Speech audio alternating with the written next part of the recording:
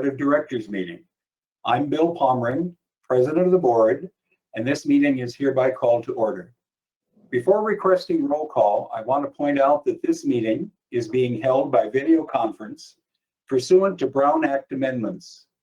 Instructions for the public to participate electronically and procedures for providing live and written public comments were included on today's agenda and posted on the district's website. Since we are using video conferencing, board members should raise their hands visible to the camera if at any point during the meeting you have trouble hearing or wish to speak. I will inquire after each agenda item if there are any public comments or board questions. Following discussion, I will call for the motion and request the board secretary conduct roll call on all action items. Please provide a verbal motion and second. I will now ask that our board secretary conduct roll call. Thank you, President Pommering. Director Wilson? Here. Director Karras? Here. And I know Director Peasley was experiencing some technical issues. Director Peasley, are you on the line? Okay, he might not, looks like he hasn't joined us yet either. And Director Till also is not present at this time. Well, actually, Director Till, are you on the line? Should ask that. Okay, she may be en route to the meeting. Director Pommering. I'm here also. We will note the time that each of the two directors that are not here join the meeting, just for the record. So thank you, Amy. Now I ask that everyone join me in the Pledge of Allegiance. I pledge allegiance to the flag of the United States of America and to the republic for which it stands, one nation, under God, indivisible, with liberty and justice for all. Thank you all very much. Now is the time on our agenda for opportunity for public comment for items not listed on today's agenda. Amy, do we have any comments from the public?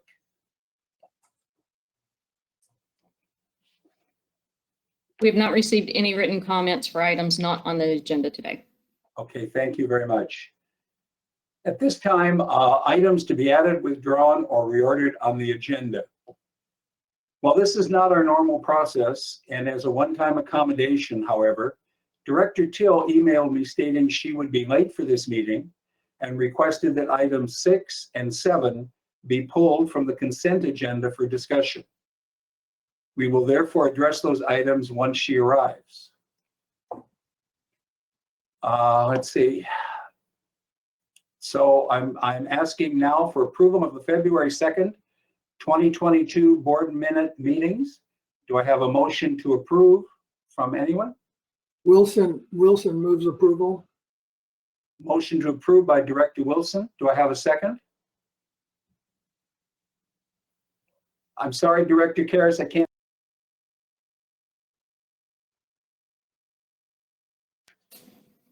Director Karras? Oh, Amy, your secretary. Director I think you should second it, Director Pommering, since I wasn't at the meeting. Correct. Thank you. I'm sorry. You are correct. Thank you, Director Karras. I will second that. Is there any discussion on the motion to approve the February 2nd, 2022 board meetings? Minutes of the meeting. No discussion. Amy, please call for the vote. so before I take roll call, Director Peasley has arrived. I just want to test to make sure he can hear us. Okay. Okay. Director Peasley's joined us at 3:36. Can you hear us, Director Peasley? I need. Yes. Very good. Thank you, sir. Thank you. We're voting on the minutes. Director Peasley, I was just getting ready to conduct roll call. So I'll start with you, Director Peasley. I am here finally. I'm sorry, as you arrived, we had a motion and a second for the minutes for the February 16th board meeting to be approved. So would you like to be included in that vote? Yes. Okay, thank you. Director Wilson? Yes. Director Karas, Yes. and Director Pommering. Yes. Thank you all for that. We have a unanimous vote with Director Till being absent. We will now move on to the consent agenda, items 2 through 5 and 8. We have removed 6 and 7 for consideration later in the meeting. Therefore, we're looking at item number 2, demand payments. Item number 3, director's compensation and expense claims. Item number 4, general manager's expense claim. Item number 5, authorization for remote teleconference, public meetings in accordance with Assembly Bill 361. And number 8, recycled water distribution system modifications. We will therefore be voting only on those 5 items, 2, 3, 4, 5, and 8. Do I have a motion?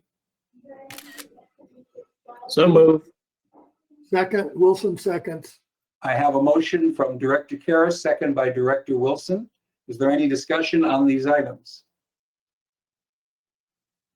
Amy, are there any public comments on these items? Let me check the platform to see if anyone has their hand raised. Quite a few people in attendance.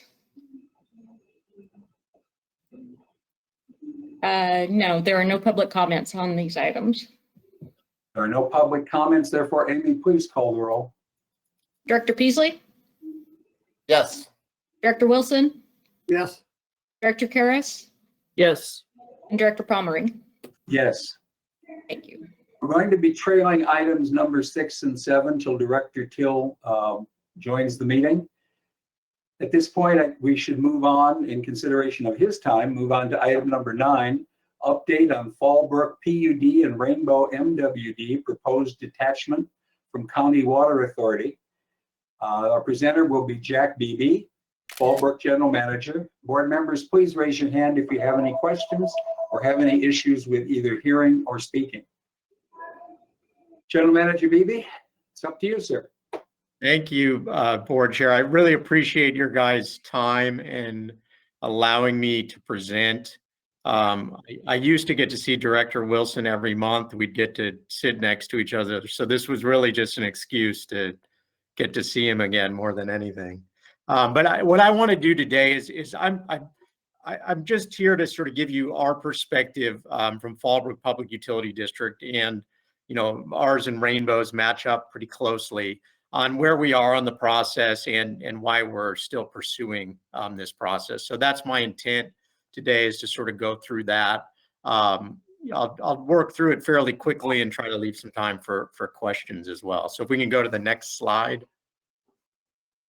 So again, just some background. You guys might be aware, we're at the very north end of the county, and that's really largely the driver of this whole exercise. Is not just that we're water authority member agencies, but it's largely due to our location and the fact that we can connect off Met's infrastructure. So there's a little line you see in about the middle of Rainbow's service area that says MWD SDCWA on the aqueduct.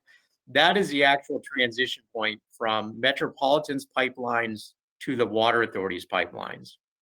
And so what's unique with us, Fallbrook today is using all our connections right now are off Metropolitan's pipelines. So all the water I'm getting is off connections off Metropolitan's pipelines, their aqueduct. Rainbow still is taking some water off the water authority pipelines, but they're able internally through with a couple little projects to move to be all off Metropolitan's pipelines. So that's really sort of the large driver for this, is we're able to, through our agencies, start to get all our supplies off Metropolitan's infrastructure, which sort of sets up a different paradigm than most other agencies within the district. There's this concept there that if we leave, everyone else will. Just to give you some perspective, that orange line that's south of that one, that's Highway 76, right? And the transition point is about halfway between Highway 76 and Mission. If you're ever driving this way, pay attention to how far north that is. So the idea that other agencies would build their own pipelines along, I-15 and parallel the aqueduct is really not cost effective. It's very cost prohibitive. Even Valley Center, who's the district just east of Rainbow has looked at it, their service area extends very far south. Even for them, they said, they have no plans to pursue this. It doesn't make economic sense for them. So just to be clear, the main driver is geography. Jack, could I interrupt you for a second? I'm sorry, I just want to note that Director Till joined the meeting at 3:41. Perfect. Thank you very much. Continue. I'm sorry for the interruption. No worries. All right, next slide, please. So this is just to describe sort of the steps we've taken. This has been going on for a fairly long time in my mind, but it really started back in May through December. We reached out to the Water Authority after we did some initial legwork and talked to Eastern to say, hey, is this possible, right? So before we talked to the Water Authority, we wanted to talk to Eastern and say, hey, is this something that's even possible? Would you even be willing to accept us if we asked to attach? They said, yeah, tentatively, if you ask and your board's interested, something we'd consider. Then we met with the Water Authority to say, hey, this is something we're talking about doing. If we do it, we'd like to work with you in terms of what the terms might look like so that we don't have a contested process with LAFCO. So those were sort of initial discussions of trying to go with something in some terms of agreement before we went to LAFCO. That process didn't really work. We sort of went in a bit of circles on trying to get any traction on it. So finally in December, the board adopted the resolutions to submit to LAFCO. And then it wasn't until about March where we actually submitted the applications. And in that time, we continued to reach out to the Water Authority to say, hey, this is our understanding of the act, here's our concerns, are there things we can do to kind of work these through? So if we go to the next slide.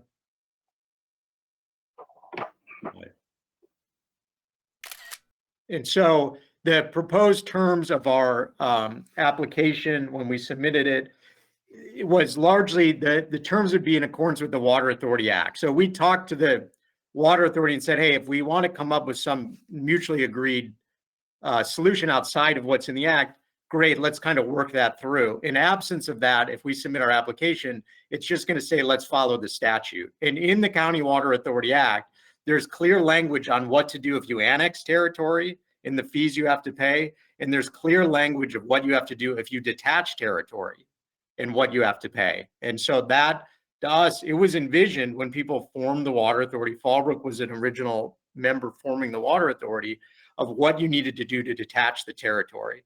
And essentially in there, you have to have the vote of your ratepayers and you have to continue to pay property tax for bonded indebtedness. So that language is very clear in the Water Authority Act. The other part, the Water Authority raised some issue with preferential rights and other issues with Met. Those were addressed, the preferential rights stay with the Water Authority, some of these other concerns. The voting rights, so the voting rights at Met sort of go with the assessed valuation. So you would see a change in voting rights, but it's about 0.3%. So our vote at Met for Fallbrook and Rainbow is 0.3%. In my mind, if the goal in the future is to win all these votes at Met by 0.3%, that's going to be a pretty rough, challenging future in the region. And our voters get to decide, what to do with that representation they have at Met. Right, that's the idea. Is that assessed valuation? That vote goes with the voters of Fallbrook and Rainbow, and where they want that carried. But it's very small. We're a small percentage of the Water Authority, so you can only guess our influence in Metropolitan is even smaller. It's about 0.3%. And then the other thing was, we're not looking to recover any funds for things we paid into, like ESP that we don't have access to. And there's also a facility that needed to get built, the ESP pump station that's been planned and pushed back, that wouldn't need to get built. So there's a savings to everyone else of this 35 to 40 million of infrastructure. So if we go to the next one. And again, the main driver for us is cost of water. So if we go to Eastern, it's sort of the bottom line. Now in this projection, we use the long range financing plan, the current Water Authority all-in rate, Eastern's rate, and their projection. you know, the bottom line may go up steeper. I think you're seeing the Met proposing some rates that are more in line with where the water authority's projections are. So I won't discount that they may go up at the same rate, but there's still this large difference of $500 to $600 an acre foot out of the gate. And we'll get into some of that, but part of what, you know, the report done by Dr. Hanneman notes is the water authority rate's going to be higher than Met's rate, pardon because they have to maintain all the infrastructure in San Diego County. There's a cost to maintain that infrastructure, which we don't disagree with. We're just saying we don't need to use it, right? And so that's a big part for us, is saying, you know, getting off the water authority, really it's about getting off of paying for infrastructure that our ratepayers don't need. And this, you know, there's also an infrastructure access charge between the two of us that's about $1.4 million a year. But the bottom line is, you know, with Eastern, the charge is significantly lower. It's a little bit above, like $10 an acre foot above the metropolitan rate. So if we go to the next slide. And again, you know, one of the big issues we're dealing with here is, I know everyone's dealt with sort of this decrease in demands. And so when we talk about it, you know, people go, yeah, you know, we're dealing with the same thing. And what I'm showing here is sort of Rainbow's demand changes. And so on the right, you know, they were up close to 35,000 acre feet a year. You know, they're closing in down now around 11,000 acre feet a year, right? So the drop there is significant. Same for Fallbrook. We were at 20,000 acre feet a year. We're going to hit about 7,500 acre feet a year. That's our demand we had back in the 1950s. So very, very significant drop in demand. And as you guys know, that has a major impact on your agency. So if we, and you know, the other thing that we brought up from the water authority from the beginning is, you know, the nature of Fallbrook Rainbow is a little different than a lot of other agencies. So much more rural, agricultural, a lot of outdoor water use. For me, Fallbrook especially, not a lot of growth planned. So, you know, I'm never going to get back to 20,000 acre feet. You know, we're probably financially, we'll be happy to stay flat. And so we're really struggling with, you know, loss of demands, loss of agriculture, and loss of outdoor water use. If I went on sort of indoor water use, if we went down to where we're just using water indoors, you know, that's 2,000 to 3,000 acre feet a year, you know, for Fallbrook and Rainbow, from where we used to be around 20,000. So there's still a bit of a floor for us, even if, you know, we get more, you know, outdoor water use reductions in our service area. So if we go to the next one. So this, you know, and you guys are fortunate you don't have an engineer as your GM, so you probably don't get as many charts and graphs. But just to give you a sense is, you know, I think people feel like, hey, you know, you do get some breaks as Fallbrook and Rainbow. You don't have to pay transportation on all your water. You get this ag rate. You know, why are you complaining? Your rate should be less. And what I'm showing you, this is from the last bond disclosure, because that's all sort of public data, is taking, there are payments to the water authority by sales, by agency, and then dividing it by, you know, a per acre foot number and a per meter number, meter equivalent number. And just to show you, the gray bars are basically, you know, what we're all paying per acre foot. It's not that different for Fallbrook, Rainbow, and others. The Sweetwater is a bit of an anomaly because their demands, they've rolled off the water authority to a large extent, but everyone else, we're sort of in the same ballpark. So it's not that, even though, like I told you, we're buying water mostly off Met's pipelines, you know, I have ag water, that cost per unit I'm paying is not significantly less. It's very similar. Part of that is because we have this large tail because of our drop in demands. The rates that got set to sort of protect agencies when others rolled off has really also kept those that have seen huge demand declines, you know, paying a little bit of a higher rate. So that's part of what you're seeing, but that's a driver, is that rate is still, you know, sort of similar across the board. And then the big thing for us, where we get a lot of pressure in our service areas, Fallbrook, Rainbow Valley Center, is that cost per meter equivalent's a lot more, right? People use more water. That cost per meter equivalent's bigger. People's water bills are bigger. That increase at the water authority gets magnified larger by our ratepayers. So cost of water up here is an issue because of that. You know, our cost per meter equivalents, double what a lot of others are because the water use is higher. So that, I like to kind of say, we're sort of at the forefront of this as what other people are starting to deal with, because the impact gets magnified up at our end because of our water use characteristics. So if we go to the next slide. So the water authority's, response in this is, as many of you know, they adopted a resolution. It had a number of conditions, one being about the obligations to them, guaranteeing the obligations to our ratepayers. That didn't go over very well with my board or, our public, largely because, our elected board is there to sort of look out for our ratepayers, not the water authority. That we wouldn't have financial, environmental impacts on other member agencies. I'm going to focus mostly on financial because I think that's what most member agencies honestly care about. The Bay Delta, so this idea that because on paper we would get less QSA water, even though the net amount of Colorado River and State Water Project going into Met is the same, somehow because our paper allocation of QSA water is less, than that has an impact on the Bay Delta. So that's been a large argument that we're impacting the Bay Delta. And then the voting power at Met, which I talked about, which is hard to sort of disenfranchise, the Fallbrook Rainbow voters if they chose to switch to Eastern. They did coordinate with OTI and a CEQA challenge. We did settle that, though it cost us some money to deal with lawyers and other things to deal with it. They did hire some legal resource and consultants.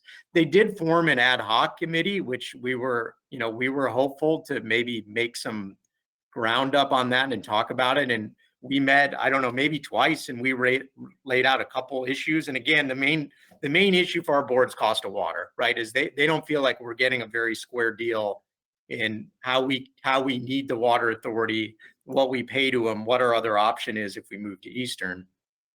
And really, in the end, what they came back with is they said, well, we'll help your staff secure low interest loans and grants for infrastructure if we withdraw our application, which, I have people to do that. We have staff that's capable. So it was really sort of an unconditional surrender offer. So that, that didn't give me, my board wasn't real thrilled with that, the end of that result, which was somewhat disappointing. So then if we go to the next slide. So yeah, I'm going to focus on the financial stuff.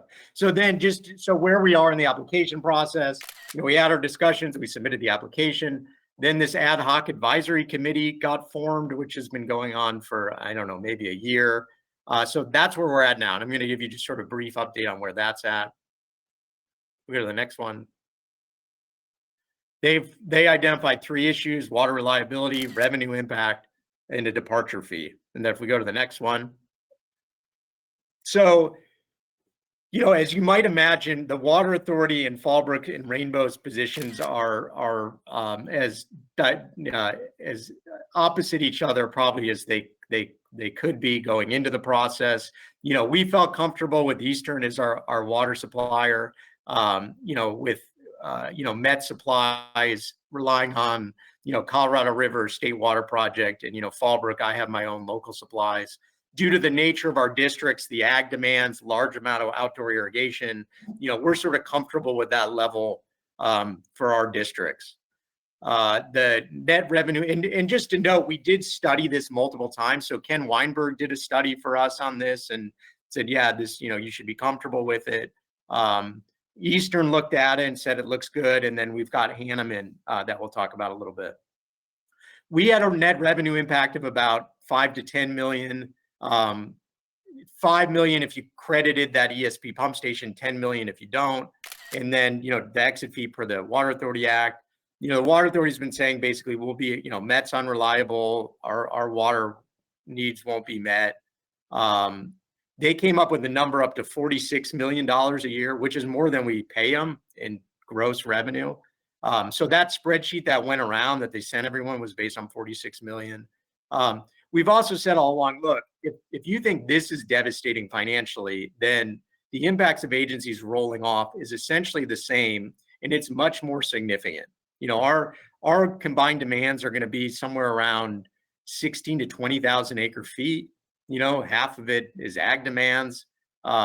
you know, the economic impact of that is much smaller than these other projects.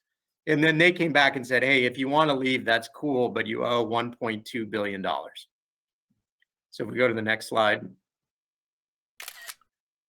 So where Hanneman came in, and again, this is my perspective, the Water Authority largely probably has a different one.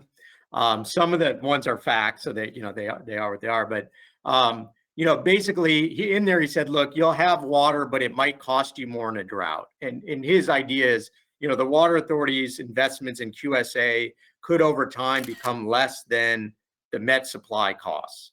You know, if certain things work out, you know, Met has to make investments and somehow the Water Authority avoids having to pay for those investments, then over time, those investments could be less, which is a perspective he can have. I don't think our board share that perspective. But it does note too, hey, look, you do save about, you know, $7.6 million. That's in there, right? The ratepayers would save that money, which allows us, the large part for us isn't to, you know, take that money and do something with it. It largely, for Fallbrook's perspective, it's to hold down rates, to be able to do something to not have to do, you know, 7-8% rate increases. He largely matched where we were on the revenue impact. So he's at 10 to 12 million, not 46 million that they had been sending out. So that is similar. He also clearly states in there roll-off and detachment are very similar. And his number is for about 1,000 acre feet, it's $1 million in net revenue loss. And so he does go through that in the report, that the net revenue impact to the Water Authority is essentially the same, because that's how they collect their money, is off, the majority of their money is tied to water sales. And then he came up with an exit fee that's paying a percentage of the QSA contract. In there, he says that the districts owe an obligation for past deliveries of QSA water, which we don't agree that's how, you know, the Water Authority's rate structure is, or any obligation any district takes on. So we do have some concerns with that. And his exit fee is actually larger than the net revenue impact to the Water Authority. So we would leave and they would actually make more money off our ratepayers. So that to us is a bit of a concern, and it sort of ignores the Water Authority Act. So that is one we're struggling with a little bit, exit fee in the report. So if we go to the next slide. So just to give you a sense, if you use Hanneman's numbers, which is actually 940,000 of lost net revenue per 1,000 acre feet for roll-off projects, and go through this. And again, these are good projects, so don't get me wrong, and don't worry. At the end, I'm going to have a suggested solution that has nothing to do about saying these are bad projects. I think these are all good projects, right? I think they all benefit. I think the recycled projects are much stronger, more reliable projects for the region, and they make sense. So let me start with that, just so I'm clear. But when we talk about the net revenue impact of the Water Authority and the challenge it has, right, is these reductions in demands result in a net revenue impact that's substantial. And the total, if you add both of them together, detachment roll-off is about 120 million. Of that, about 110 million is from these roll-off projects, right? And the challenge we have right now at the Water Authority is there's no easy way to divide up that $110 million with or without Fallbrook and Rainbow, right? There's going to be not just winners and losers. There's going to be, you know, everyone is going to get hit in a certain way, and some harder than others. And it can't roll back all on the agencies that built these supply projects. It won't work. You know, Padre Dam can't have this large new project that they have to pay into and still pay the same amount of money to the Water Authority. That money has to go somewhere else. Someone else has to pick up part of that. It doesn't work otherwise. And so this is really the challenge that we're dealing with, is the issue they're raising about us detaching, while we'll be gone, so there won't be any part we pick up. The magnitude is much larger for roll-off and the impact similar. And that is in the Hanneman report. So if we go to the next one. And then again, just to sort of show that in different ways. So if you put all the water on supply, which is sort of what happens now, you know, you got about a 300 acre foot impact on the remaining Water Authority demands. If you put it all on meter equivalents, you know, it's like $110 per meter equivalent, right? And so that's the balance that's being talked about. But, you know, if you put it all on meter equivalents, right, then that really impacts all the agencies that built these supply projects and some others. So that's, you know, there's no free lunch on this. It's going to be a challenge one way or another to deal with that issue. So go on to the next one. And then, you know, the idea that, hey, you know, it's different because those agencies remain. Well, some of their demands do remain, but their costs go down, right? So their cost to the water authority go down significantly, and the cost to others will, and this shows if you just left it right now where you get it on the cost of water, you'll see the cost to others goes up substantially. And so that's just, you know, that's how this will work out. If agencies roll off, similar to what happens if we leave, there is a cost that gets left behind that has to be picked up by others. And it'll impact people differently depending on how that cost gets passed through. And really all we're trying to say is that there are similar impacts, and what we're hoping for is that people will sort of treat us equally. So if we go to the next one. And again, one of the arguments has been said, hey, there's just enough water for the take or pay supply mix unless we leave, right? So we're really good, but if you leave, we're really in a lot of trouble. And this is something Doug Gillingham put together. And this isn't to say that the forecasts are bad or things people have done in the past have been wrong. That's not what this is to say. What it really is to say is there's a lot of uncertainty in future demands that we have to plan for. Right. So the issue today, and it's going to get with sort of one of my end conclusions here, you know, the issue today is we are projecting in 2035 to only need 13,000 acre feet of met demand. Right. And we're projecting in 2025 to only need about 55,000 acre feet of met demand. But what's happened in the past is every time we do an urban water management plan, 5 years later, we realize we overprojected by about 15%. That is a possibility. So I'm not saying their projection's wrong. That could happen. So they project sort of demand growth that sort of offsets some of the ROF projects. That could happen. There's also a future in which we've overprojected again and demands are fairly flat. And that's what we need to plan for. And part of our issues and why we were looking to leave is, you know, we don't feel like that's getting planned for either. And that's a challenge. And if the 2035 number came through, there's not enough met demand left for an ag rate. The ag rate depends on met supplies. And so in that condition, you won't have an ag rate unless everyone else agrees to subsidize it with property tax or other fees. So if we go to the next one.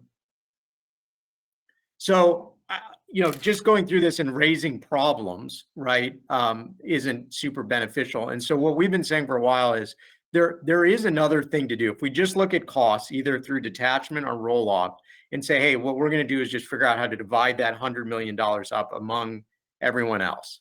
It's really going to be a challenge to do that in a way that doesn't impact others in one way really strongly, or, you know, discourage some of the investments in local supplies people are making.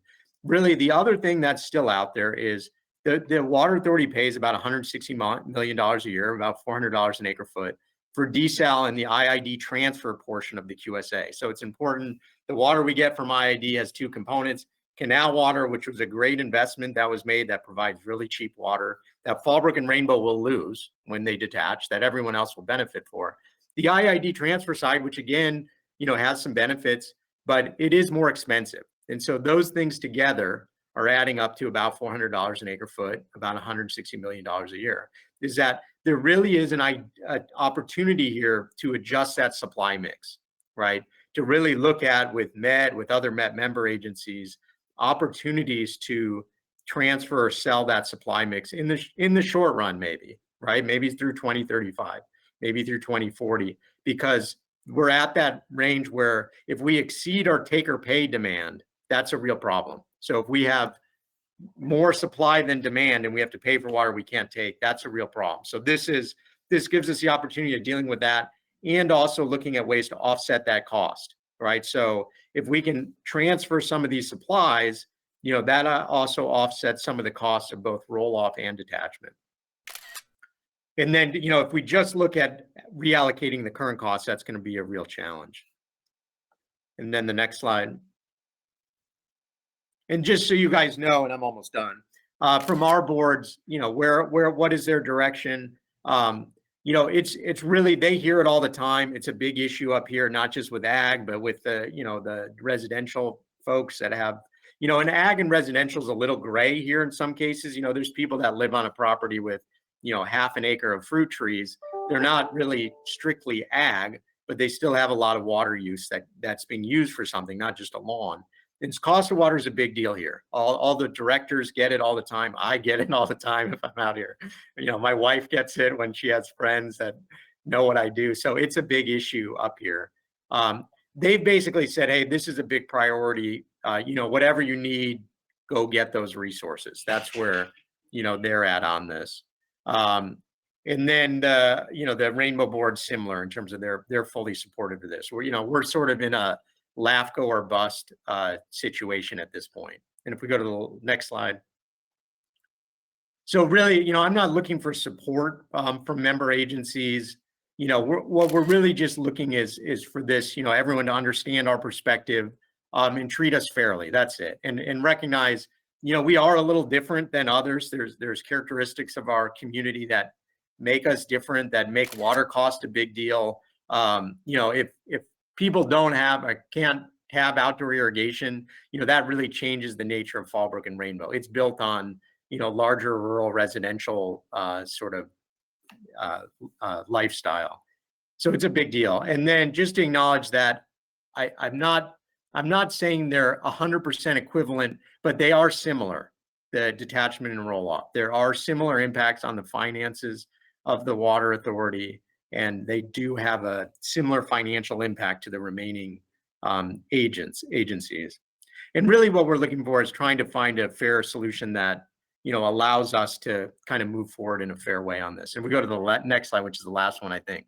So what we propose to the water authority, and you know, we've been pretty open about this through the LAFCO process, is the idea of saying, hey, what about just rolling off? So same thing, you know, CWA Act just basically has property tax, but in order to sort of mitigate that cost, you know, right away, you know, is let's kind of roll this cost off as similar to other agencies. So use the existing rate structure, you know, roll that cost off. You know, also for us, we're saying, hey, you save $35 million. You don't have to build those facilities. They drop out of the CIP. You know, overall, that impact to the water authority becomes pretty small compared to, you know, an $850 million a year budget. So, and it gives them time for, you know, again, if we drop off 20,000 acre feet, it gives them time to look at, can we monetize some of these investments? They don't have, we're not saying they're all bad investments, right? The economics of some, desal and others, isn't great for Fallbrook and Rainbow, how it's recovered right now, but we're not saying they're you know, universally bad decisions.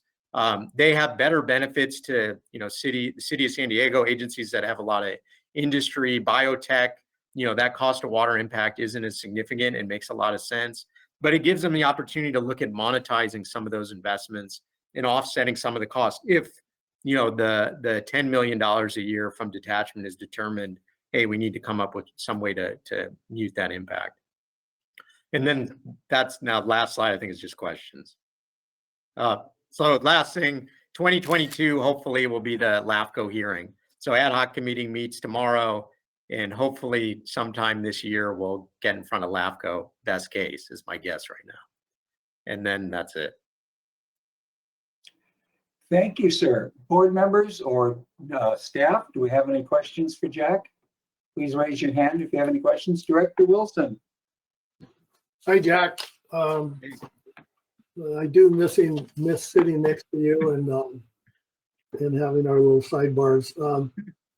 You know, you kind of eat and drink and sleep with this stuff, and we don't.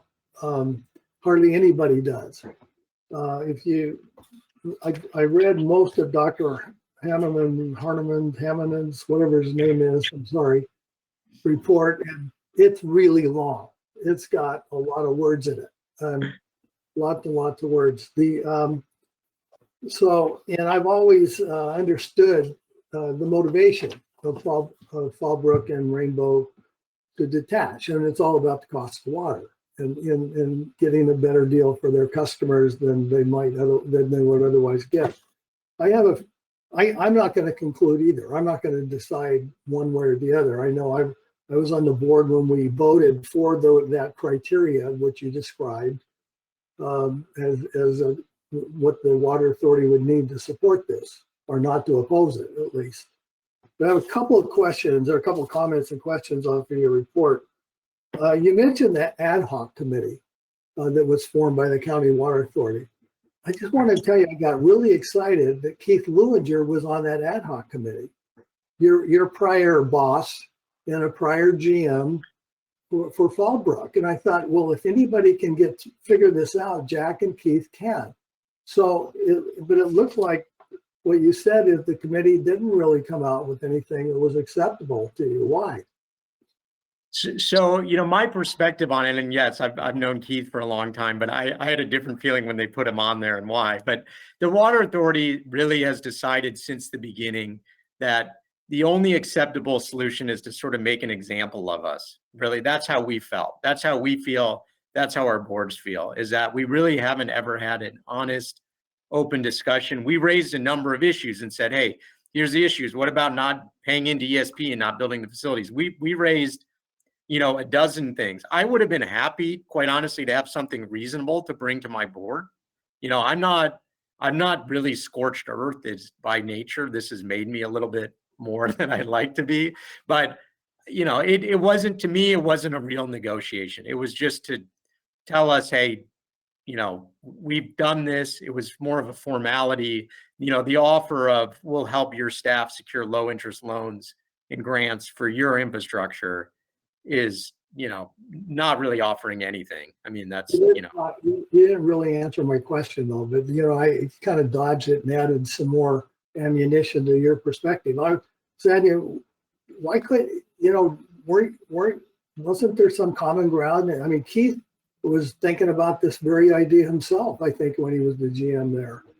So, I guess I'm wondering why you couldn't come to, common perspective. And maybe it's because you're saying he just took the County Water Authority side. Is that right? Yeah, I mean, my feeling going into it is they already had an outcome picked, which is the issue is your issue, drop your application. And so I don't think I don't think it was an honest, open negotiation where there was any room to get anywhere. At least that's my feeling. And I've negotiated. Yeah, I've had to negotiate with Camp Pendleton and Bureau of Reclamation and Department of Defense, which are difficult negotiations, but I felt like we could get somewhere. This wasn't set up that way. Okay, and the next step is the LAFCO Advisory Committee, as you just mentioned, submission of the doctor's report and that sort of thing. Who's on that advisory committee? Are Tom and you still on that advisory committee? Yeah, so it's made up of a number of people. It's made up of the Fallbrook, me, Tom, Nick Kinetis from Eastern. There's like 10 people on it, 3 people from the Water Authority representing the water. So there's like 10 people on it. County. So and the advisory committee makes its recommendation to the LAFCO board is what their role is. I used to be on it in the past. So does that mean that the County Water Authority reps and you and Tom have to recuse yourself? So I think you're talking about, there's an ad hoc committee, right? There's an ad hoc committee that's formed that we're meeting with right now it's a committee just on detachment. They're formed to advise the executive officer. So we've met multiple times. That's where the Hanneman report's being presented. They'll advise Keene, the executive officer. There's also a special districts advisory committee, and there may be an item that's brought to them. And then, it would be up to LAFCO executive officer what he wants to do if that goes in front of that committee.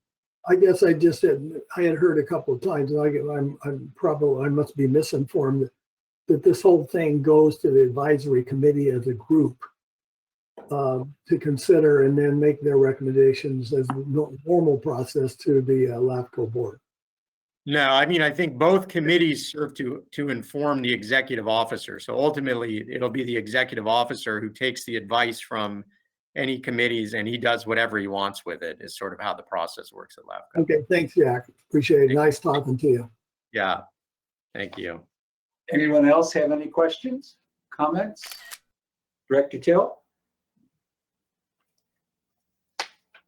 Hi, I really appreciate what part of the presentation I can see. I'm going to get a recording of the meeting so I can see the whole thing. Can you we go back to a few slides? I had a question about that $400. Keep going back one more.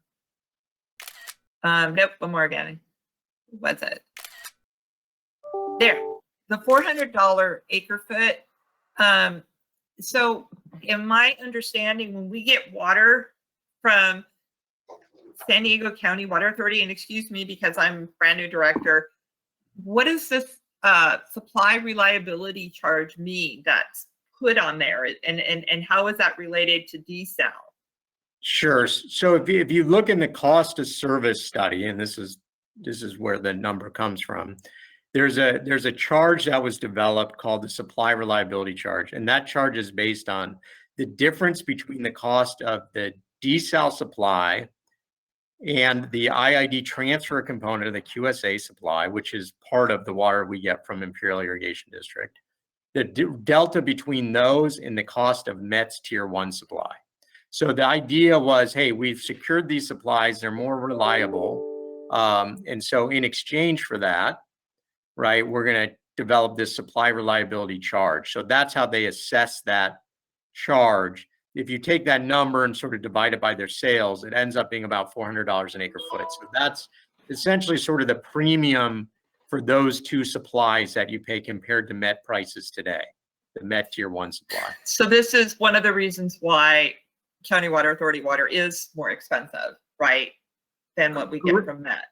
Yeah, correct. Now, one of the things that Hanneman laid out is that if you blend in, and I'm sorry it gets a little in the weeds, and Alan's probably ready to get his meeting to real other important stuff.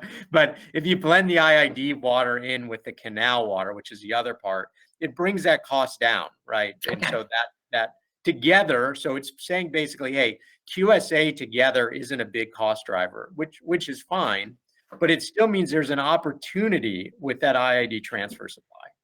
Right, you're not going to sell the canal water at canal prices to anyone. That would be chaotic. But you could potentially work out a deal with the IID transfer component, that 200,000 acre feet a year. And are we paying this rate when desal is not able to produce water? Yeah, so it's a charge that you pay, yeah, regardless of what happens with desal. And from our board's perspective, the other thing to note is the water never gets to us. Right. So although there's other arguments to be made there, they sort of struggle with that also to say, hey, look, we don't even get the water. Right. Because I know that there are some periods of time we don't get water from desal. It's shut down.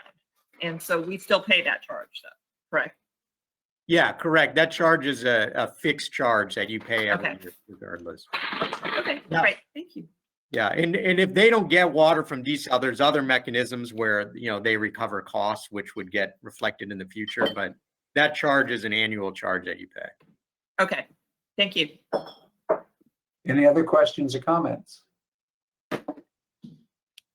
Seeing none, Jack, I'd like to thank you for taking the time to update us and present us with this information. We appreciate it. Thank you. Enjoy Best the of rest. luck to you at this point. Thanks, Jack. Thanks for your time. You're welcome. Bye-bye. At this time, we will move back to two items that were on the consent agenda.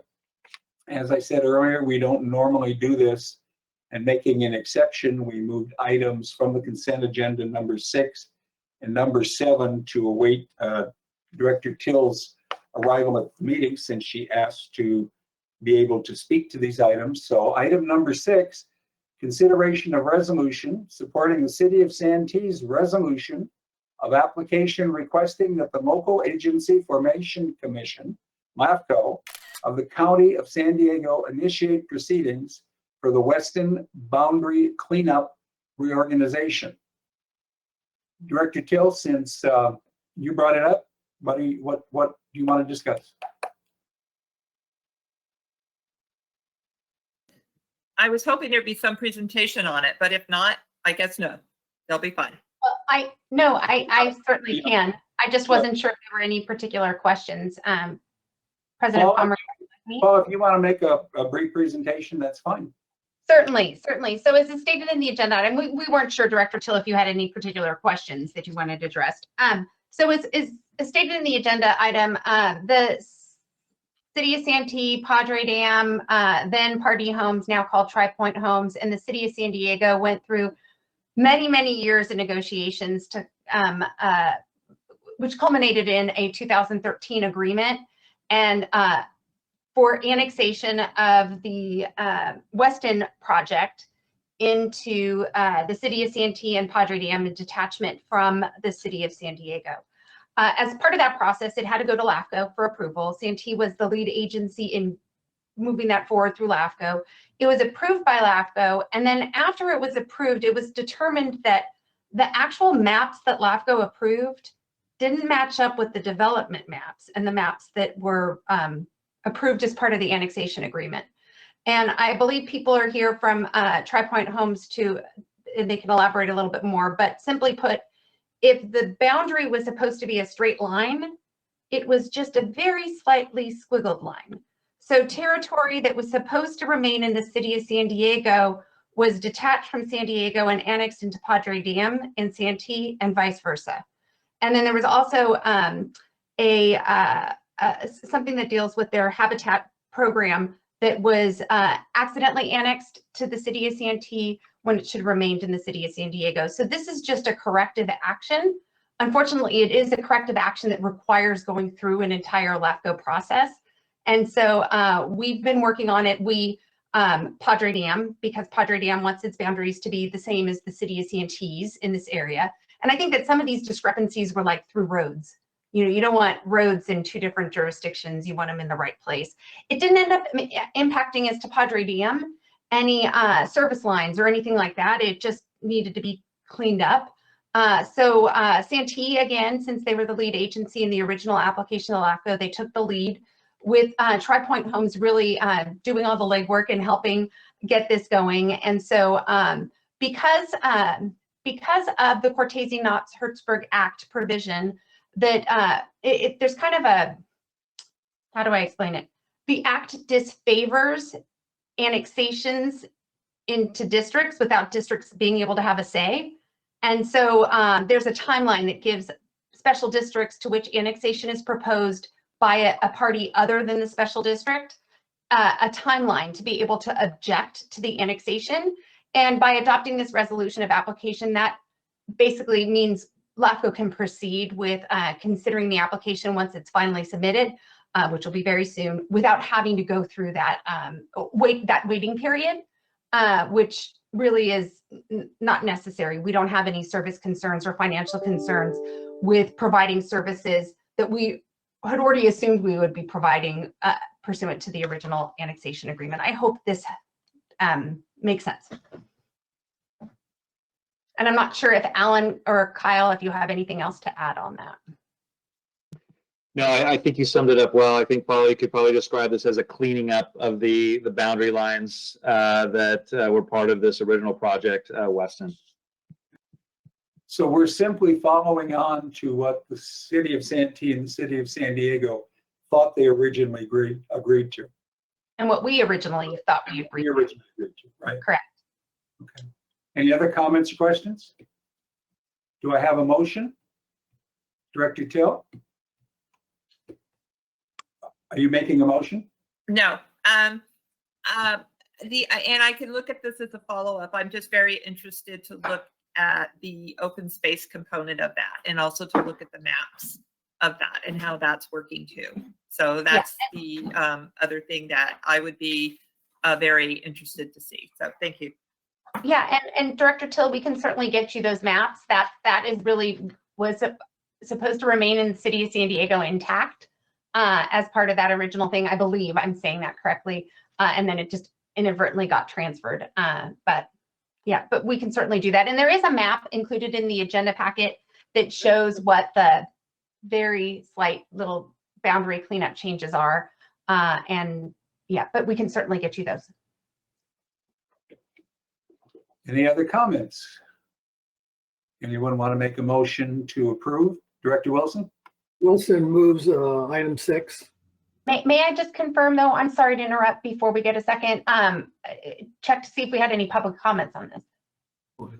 Well, okay, I was following the form that I was sent, so. Yeah, no, I'm sorry. Amy, are there any public comments? Let me check. I don't see any hands raised at this moment, so no, we have none. Okay, so Director Wilson made a motion to approve. Director Peasley? Director Peasley will second the motion. On a motion made by Director Wilson and seconded by Director Peasley, Amy, would you call the roll, please? Director Karas? Yes. Director Till? I'm going to abstain. Director Peasley? Yes. Director Wilson? Yes. And Director Pomeroy? Yes. Thank you. The motion carries 4-1 with Director Till abstaining. Moving on to the other trailed item number 7 under the consent agenda, Water Smart Title 16 Water Reclamation and Reuse Projects Grant. Hi, good afternoon. So this is, we had put this item in consent because the agenda was pretty full, but Director Till had wanted us to talk about it. So I'm happy to highlight the work we're doing. This is a little, if you remember, I'm not sure if you remember, but last year we had a similar request. This is related to the AWP project, and Title 16 is the granting agency for a grant, and the original grant application was from Padre Dam. So basically Padre Dam got this grant and has transferred it over to the JPA for the AWP project. Because we were the original agency, they wanted us to kind of continue doing the application process. So we wanted to apply for another. We received on this new program from the Title 16, it's called the WIN program. We applied last year, we got $1.7 million for the JPA. And so we want to apply this year again, see how much money we can get. And that's the reason we need the resolution. We have a firm, Woodard & Coran, who has helped us get all of our applications, get money from all of our applications for both the Title 16 authorized projects and this WIN project. So that's kind of it in a nutshell. Okay, thank you. Any comments from directors? Director Till? How much money are we asking for with this round? Well, so you're eligible up to $30 million. It just depends on how much they appropriate for. So last year they picked 10 or so projects and we got 1.7. And so we just don't know how much they're giving, but I mean, we'd want as much as we could get.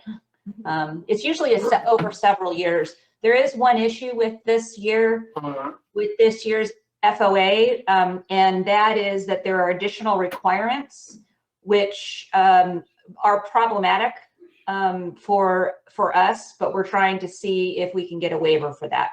And what that is, it's adding extra cost by making requirements for Buy America costs that we didn't have to have already. We were already doing American Steel, but these other requirements have not been considered in the project, so could potentially outweigh the cost, the benefit of a grant. So, but we're going to go forward, get approved, and then figure it out.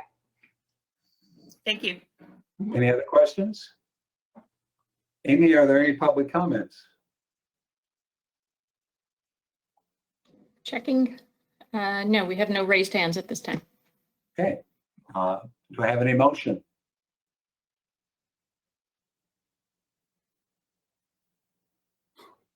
Director Wilson? Thanks, Doug. Director Wilson? Make sure I wasn't on mute. I moved the item. Okay. Director Peasley? Director Peasley will second the motion. Okay, and a motion made by Director Wilson, seconded by Director Peasley. Amy, would you please call for the vote? Director Karas?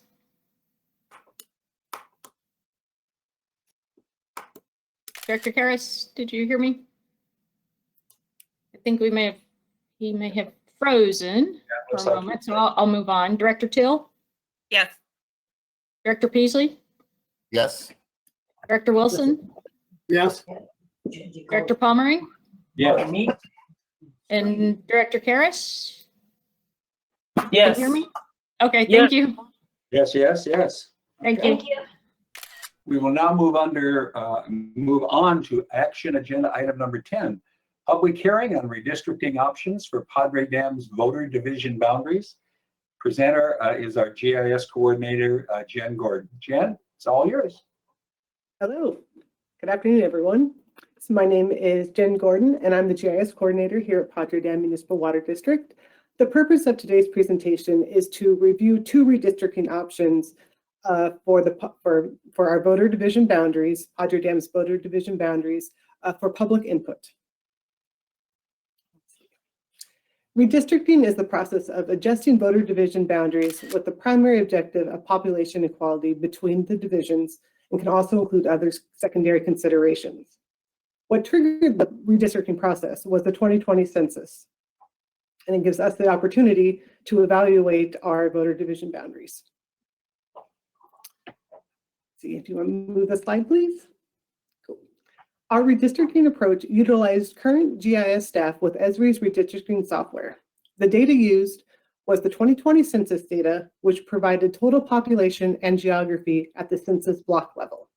Census blocks were kept intact and their data preserved. The census block is the smallest unit of census geography. Advance the slide, please. Seen highlighted here. Census blocks can be combined to form block groups. Next slide. That's our block groups. And one more click will show an example of census tracts, which are combinations of block groups. At our scale, the district is incorporating the block and block group levels. Next slide. There were some major changes noted to the census blocks between 2010 and 2020. Changes to the shape and size of the blocks are the primary drivers to the proposed changes from our current district boundaries. The US Census redrawing of the census blocks reduced the number of blocks by 463 compared to the 2010 count. Population-wise, overall, we saw an increase of over 16,000 people. Next slide, please. Let's take a look at these census blocks. In 2010, there were 1,356 census blocks included in our service area. We see those 2010 blocks here outlined in black. When we take a look at, advance the slide, and we'll take a look at the 2020 data, which has the blocks dropped in count to a total of 863. What generally happened when the census blocks were redrawn in 2020, 2010 blocks with little or no population were combined to form larger in area blocks than that of what was in 2010. Let's look at an example of that. If you advance the slide, we're going to see this orange, solid orange area pop up. This is one single census block in 2020. This general area in 2010 was actually covered by 9 different census blocks. Go ahead and advance the slide. And here on top of the orange were the 9 blocks for that same area in 2010. Advance the slide, please. Now we'll look at the district analysis. Because the changes in the census blocks were the main driver, I will be presenting 2 options today that were developed with the primary objective of having the total population equally divided as close as possible between the divisions. Other considerations also included following the census geography at the block and/or block group level, following the city boundaries, as in case we saw on an area between Division 1 and 3 where we were able to follow the City of Santee boundary, We are looking to preserve areas of similar service, like our sewer only service area is included in one division. And we wanted to minimize the change, the impact. We want to minimize the impact on voters and reduce change as much as feasible. Next slide. The two options being presented today both have total population deviations less than 10% between divisions. Option 1 that has a total population deviation of 2.8%. It gets us closest to our target populations and follows a census block level. Advance the slide, please. Option 2 has a little more variation. It has 7.2% total deviation and follows the block group geography. Both of these options do have an exception for our Division 5, which is in 2 parts and has census blocks that are not adjacent to each other. Advance the slide, please. Let's look at the map. This is a map of option 1. What we see here, displayed in the shaded areas, are the proposed areas for each division. The white text on top of the map is the proposed population for each division, and the chart in the lower left shows these same numbers and population counts for each division. The black lines represent our current voter division boundaries, with the black number signifying what division they're in. Now let's look at number 2. Number 2 is presented in a similar way, with shaded areas representing option 2 voter divisions, with population labeled in white for each division, and in the chart, and the current voter division outlined in, voter division outlined in black, our current ones with the black number for our current voter divisions. So those are our 2 options that I'm presenting today. Advance the slide, please, and we'll look at some differences between them. They are pretty similar. The main difference between the options is that option 1 follows the smaller census block geography, and option 2 follows the larger block group geography. The red areas indicate the differences between these options, and we'll look at these more in detail going from left to right. Perfect. In this area, we have an area that would stay in Division 1 for option 1, or move to Division 2 following the block group that it's in option 2. One more slide. I like that one. In this area, we have an area that would stay in Division 3 under option 1, or move to Division 1 in option 2. And the third, a little to the right, this area would stay in Division 5 in option 1, and in Division 2, and then option 2 would move to Division 3. Sorry, for that last one, let me repeat myself. This would keep the area in Division 5 in option 1, and in option 2, it would move to Division 3. Next slide. In conclusion, both options are below the 10% threshold for population deviation between divisions. Option 1 has the lowest total deviation and is closest to the target population following census block geography. Option 2 has a little more greater deviation and follows the block group geography. Next slide. Our redistricting process began after the release of the 2020 census data and follows legal requirements with the guidance of our legal counsel. The 2021 redistricting first appeared on the board's agenda in November of 2021 and continues through today with our first public hearing. Next slide. A second public hearing will be held in March, followed by the board's adoption of a preferred option and submittal to the registrar's office in advance of the April deadline. Next slide. It is the staff's recommendation that the board president open the public hearing and request comments on the 2 redistricting options. And that's my conclusion. Open it up to. Thank you, Jen. I appreciate it. As this is the first public hearing, I will now open the board for comments from the public. Amy, do we have any comments from the public at this time? Robin Reardon has raised her hand on this item. Robin, I will unmute your microphone. You'll need to do it on your end as well. Okay, let's try that. All right, thank you very much. 2 questions. I'm not sure of the actual terminology that you used, but how did you address issues of communities of interest? Was your only criteria whether or not they got sewer from you, or did you look at other factors that made the community more cohesive? That's question number 1. Question number 2 is, I see that a lot of the El Monte Valley is included in one of those districts. My understanding is that that district, the El Monte Valley, was not actually part of the district. It was within your sphere of influence, but not within the district. Has something changed with regard to that?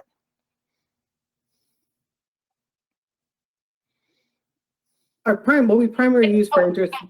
Sorry, if I may, this is a time for public comment. We can respond to public comment after we close the public hearing, but this is the public hearing portion. So folks can provide their comments, we'll take notes, and we'll kind of try and address everything up after we close this session for the public hearing But portion. what if your answer to me is unsatisfactory and I need to ask more questions? Well, this is the way we handle these public meetings. We can always have a follow-up discussion with staff later on. But yes, we'll try and address these questions as after we close the public hearing today. Thank you, General Counsel. Amy, do we have any other public comments at this time? Yes, we do. Janet Garvin, I believe you wanted to speak on this item. I'm unmuting your microphone now. Yes, thank you. Just a comment on your maps as far as being able to evaluate. It would be nice to have more detail on where the boundaries are, so as a voter, I could tell exactly what district or division I'm in, so that I can evaluate the map more clearly.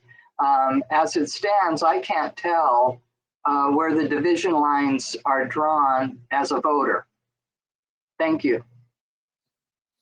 Amy, do we have any other comments? You have a gentleman who submitted a question. Justin Ryan, would you like to speak on the item? I can unmute you.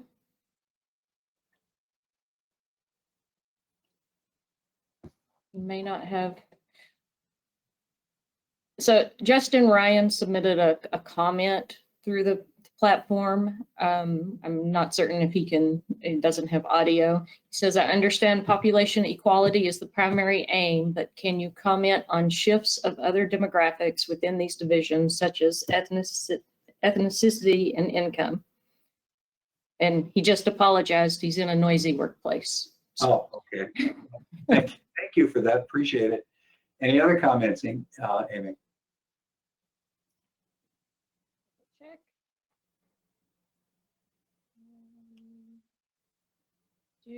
No, we have no one else has raised their hand to address the board under the public hearing.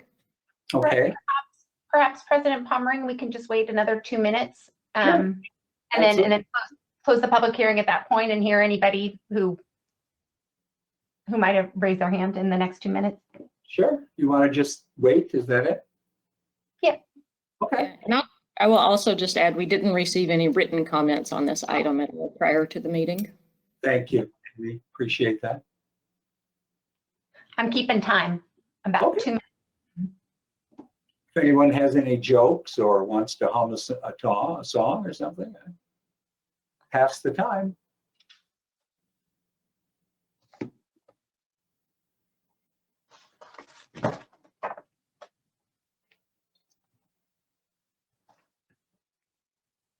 Awkward silence, always fun, huh? Well, it's sort of like the 3 minutes before we call the meeting to order when we're in person. It's true. Very quiet. Very quiet.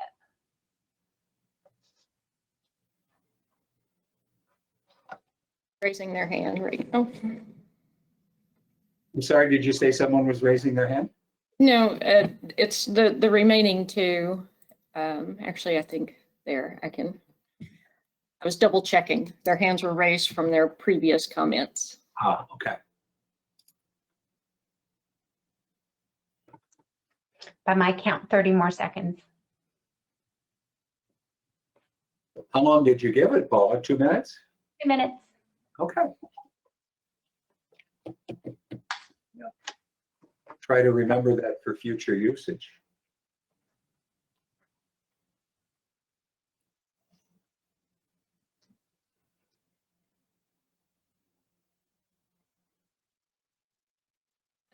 Justin Ryan just added to his comment, it may be interesting to also understand, I think he made me median age of age of infrastructure per proposed voting block. And the 2 minutes is up. Okay, Amy, do you have any other indication You're or not. comments from anyone? Okay, at this time, we will close the public hearing. And how do you wish to proceed with answers to the questions at this time? If I may, that's up to the board. If the board would like to hear staff provide responses to some of the questions. Yeah. I'm looking for direction from Director Wilson.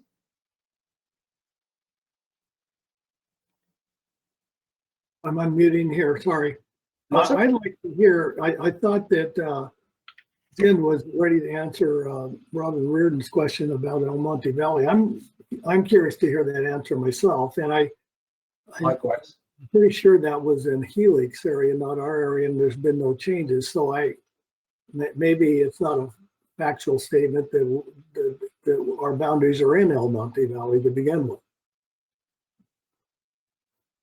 I would say on that part of the question, I'll need to look it up exactly further to determine what she was meaning, but our division boundaries have not changed.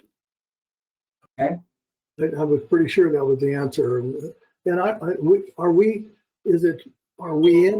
do any of our boundaries go into El Monte Valley? Director Peasley is nodding yes. Yes. Okay. And if I may, I just want to make Yes, Paula, clear. let me recognize you, please. Oh, sure, sorry. Okay, Paula, it's your turn to speak. I just wanted to share that aside from the annexation of the Weston development, I don't think there's been any major annexation or change to the exterior boundaries of the district's the district itself since I guess 2015. There might have been a couple little ones, but nothing major. Okay, thank you. Director Till? Is there any way we can have a map pulled up and Jen can show us where is El Monte Valley and clarify, because I'm still confused.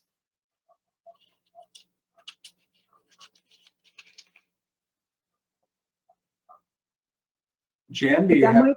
That might be best addressed if I maybe create a new figure and follow up on this that zooms in on that area so we can show it a little more clearly if that's possible. You can have that in follow up. Director Peasley?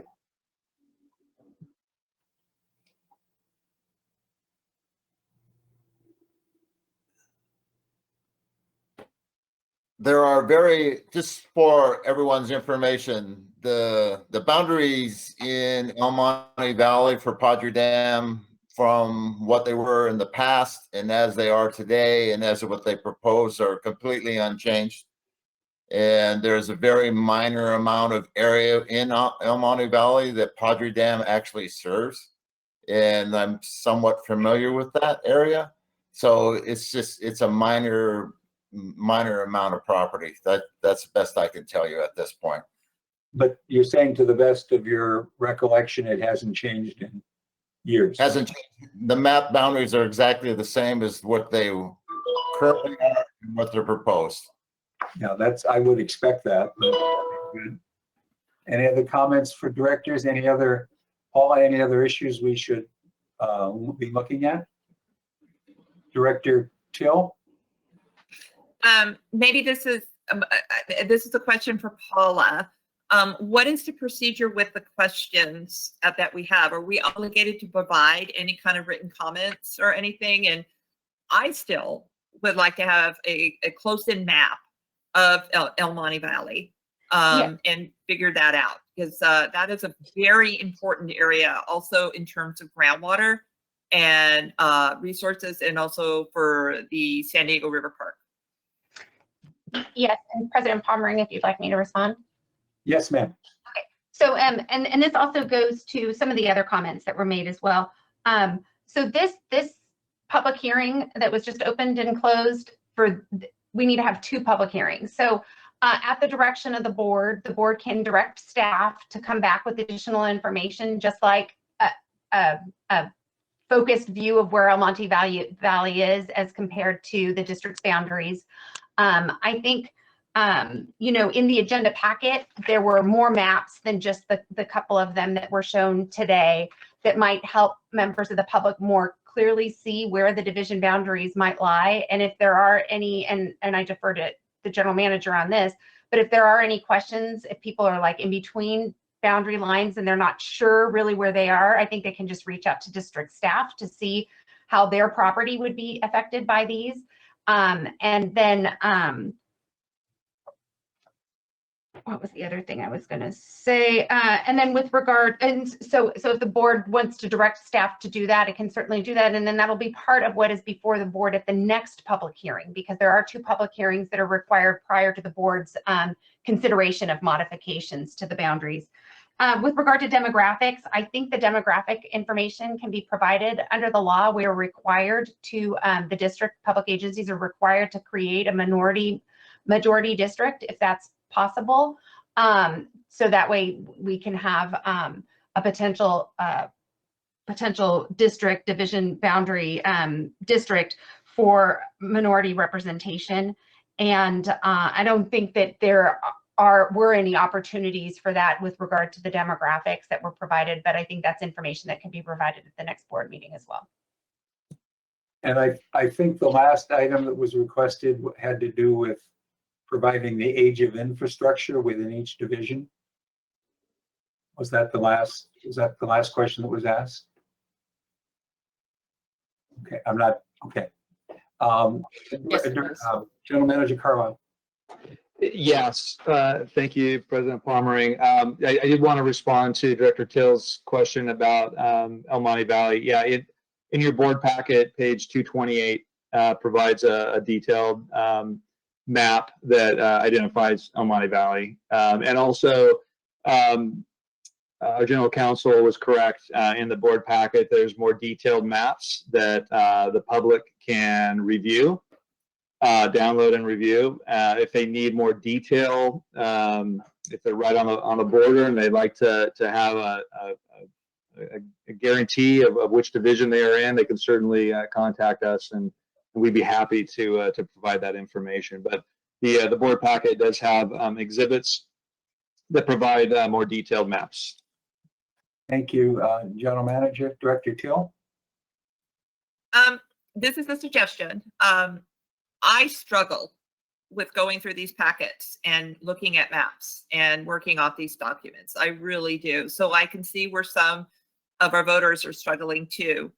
Is there any way we could put a link to a GIS and we can put your address in and says, here's your division, this is where you are, as an option?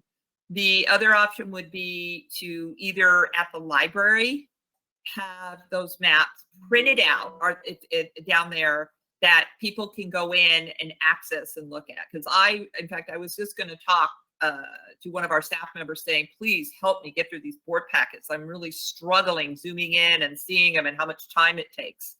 And so I just would like to have these maps easier to read and more accessible to the voters. A third suggestion, and I know this might be too much, but maybe later down the line, is I would love to see in the lobby area a nice, beautiful maps with the boundaries that people can go up and look at. It's the packets, for me at least, are hard to navigate. So just a few suggestions.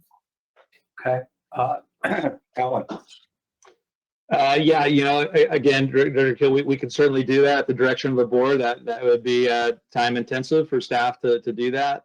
I would encourage the members of the public to look at the packet. I'm just zooming in on my division, your division actually, and seeing my home right in the center.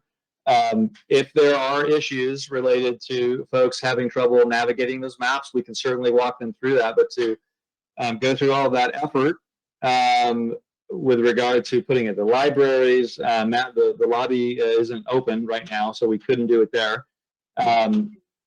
The digital access is the way to go in my estimation. So, but again, happy to help those that are struggling. I think doing that, helping the one-offs that are having difficulties, we're happy to do that. Any other, Paul, you raising your hand? Yes, I was just going to say that whatever the direction is from the board, it would be really great if we had it in the form of a motion just for clarity in moving forward to the next public hearing. Yeah, well, I would certainly like to propose that we have the proper responses to the questions that we were asked today specifically and made available for the next public hearing that we're going to hold, which is March 16th, 2022. So are there any other comments from the board on that?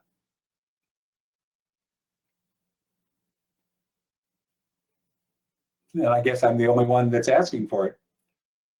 If no other board members agree. No, I second that. Okay. I have a motion made by me and seconded by Director Till. Amy, I guess we need to call the roll. Yes. Director Karas, Yes.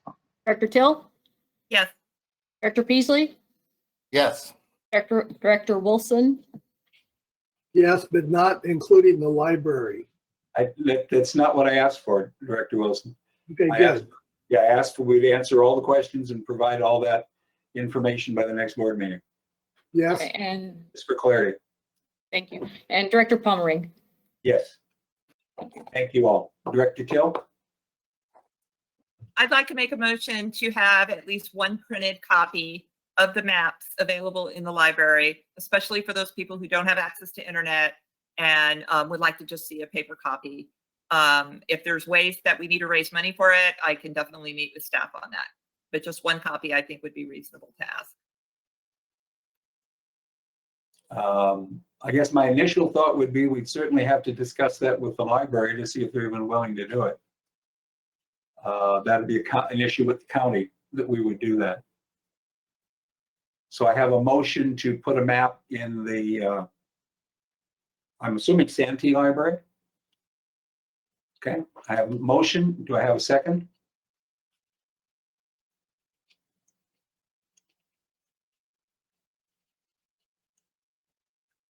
Not hearing a second, the motion fails. Director, Paula, legal counsel. Yes, I just want to make certain that it is though known that these are public records. So if anyone wanted a copy, they can submit a Public Records Act request for them. Sure. Absolutely. Anything else, Director Till? Paula, can you repeat that again? I did not hear it all. So please, thank If anyone wanted a copy of the documents, they can submit a Public Records Act request and they can get it pursuant to the district's public records policy. And how long would that take? Typically, we have 10 days to determine whether or not a record is public, but we know that this is a public record. It was part of an agenda packet. Okay, so then somebody would submit a request, and how long would it take for somebody to get a map? I mean, I think it depends on the flow of the day. I can't speak to that in particular, but not longer than 10 days. So certainly before the next public hearing. Okay, great. Thank you. Agenda Manager Carlisle. Yeah, I just wanted to say, with regard to the library, the librarians and folks that work there do have access to the internet and can pull up our agenda statements and the packet as well. So it is technically available at the library right now. Yeah, and I agree with that. Thank you for bringing that up. Okay, we can move on to the next item if everyone is ready. Action agenda again, item 11, cost of service study update presented by John Wright, Raftelis Financial Consultants, Inc., and possibly Karen Jasoy, I don't know, but John, thank you for waiting around, and it's up to you from here on. It's been an interesting board meeting, so I was kind of glad I was here. 2 weeks ago, Karen and I presented to you our first update regarding the cost of service study.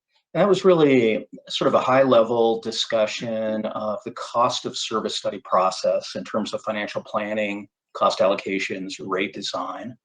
What we'd like to present to you here today is a discussion of financial planning and some very early preliminary financial planning results. Next slide, please.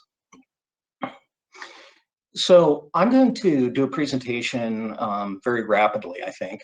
It's just an overview of the financial planning process. We're going to talk about our preliminary results so far. And then we have 3 slides for you that are pretty informative in terms of showing a model dashboard and how the model can be used in the financial planning process. Next slide, please. So when I think of financial planning, one way I like to describe it is to arrive at an optimal financing strategy. Another way you could say that is an optimal capital improvement financing strategy over the planning horizon. And the financial planning horizon that Ref Tellis is working with the finance staff on is from FY23 to FY32. You know, and the question is how do we define optimal? The way I define optimal is that mix of rate revenue financing and possibly external debt financing, possibly capacity fees that achieves certain key objectives. One, we want to minimize rate increases that our customers have to pay and minimize their bill impacts. Secondarily, we need to make sure the financial strength and integrity of our utility is maintained, that we have adequate revenues to cover our capital improvements, our operating costs, and also maintain adequate cash reserves. And then finally, we want to make sure that the financial plan comports with the board's financial management policies. You know, and many utilities have policies regarding when external debt financing can be used, what target debt service coverage ratio should be planned around, and also objectives to maintain a certain credit rating. And so this notion of the optimal financing strategy should do all of those things. Next slide, please. So a key element of the optimal financing strategy is risk mitigation. You know, does the financial plan adequately address potential risks, and maybe I would say risks that are reasonably probable? You can't mitigate every risk that could happen, but there are some things that we know might happen. One, we know that we might have fluctuations in water sales because of cool, wet summers, or more likely here in California because of drought curtailments. And so we need an adequate cash reserves, for example, to deal with those revenue fluctuations. Similarly, we may see the timing of major capital improvement expenditures change. Of course, in the Padre Dam case, we have the advanced water purification capital improvements that theoretically could change. We also oftentimes have utilities that have major infrastructure failures, and a major transmission line goes down that has to be immediately repaired at great expense. And it's difficult to estimate what the cost of something like that would be. But once again, we lean on our cash reserve balances in the hopes that they'll be adequate to offset that risk. And then finally, something that we occasionally see is utilities have problems with their billing systems, especially when they're implementing a new billing system. And, you know, we've seen utilities that have gone 2 or 3 months that weren't able to collect revenues because their brand new expensive billing system didn't work. So this notion of risk mitigation underlies financial planning as well. Next slide, please. Oh, thank you. Hey, I apologize. Can we go back? I apologize. I put an animation in here. I don't know if that violates the rules, but one thing I want to note is that Padre Dam has very robust cash reserve policies. Now, what I mean by that is that the board has approved policies regarding maximum cash reserve balances and minimum cash reserve balances that I would describe as being, I use the term robust. Another way of saying it may be they're very, very excellent at helping you mitigate future potential risks of the type talked about on this slide. And so obviously a lot of thought on the part of the board and the GM and the finance staff has gone into establishing your cash reserve policies, which is a very good thing. I'm sorry, next slide. So I think a key issue in many of the clients we work with, and certainly this is true for Padre Dam, is when a client has multiple service lines. In this case, you've got potable water, recycled water, sewer. And of course, you also have your parks service line. We want to make sure that we develop the financial plans for each one of those utilities on a standalone basis. And by standalone, I mean that, one, we're going to develop a financial plan for each one of the enterprise funds. And two, we want to do everything we can in the financial planning process to make sure that we eliminate or minimize any cost cross subsidies. So we're identifying, for example, those capital expenditures and those operating costs that really are specifically tied to each one of the individual utilities. And when the capital expenditure or operating cost is of benefit to two or all three utilities, then we need to allocate that on a rational basis. Similarly, we want to make sure that we're allocating administrative costs between the utilities on a rational basis, looking at the benefits accruing to each utility of the administrative costs. And your finance team over the process we've been going through so far has done a great job of responding to RefTellus requests about how costs should be allocated, and it's been very, very helpful. And of course, the outcome of this in the financial planning process is a level of rate revenue we need to collect from ratepayers. And from my perspective, this whole issue of getting the right cost to the right utilities really falls under the heading of Prop 218 compliance. Next slide, please.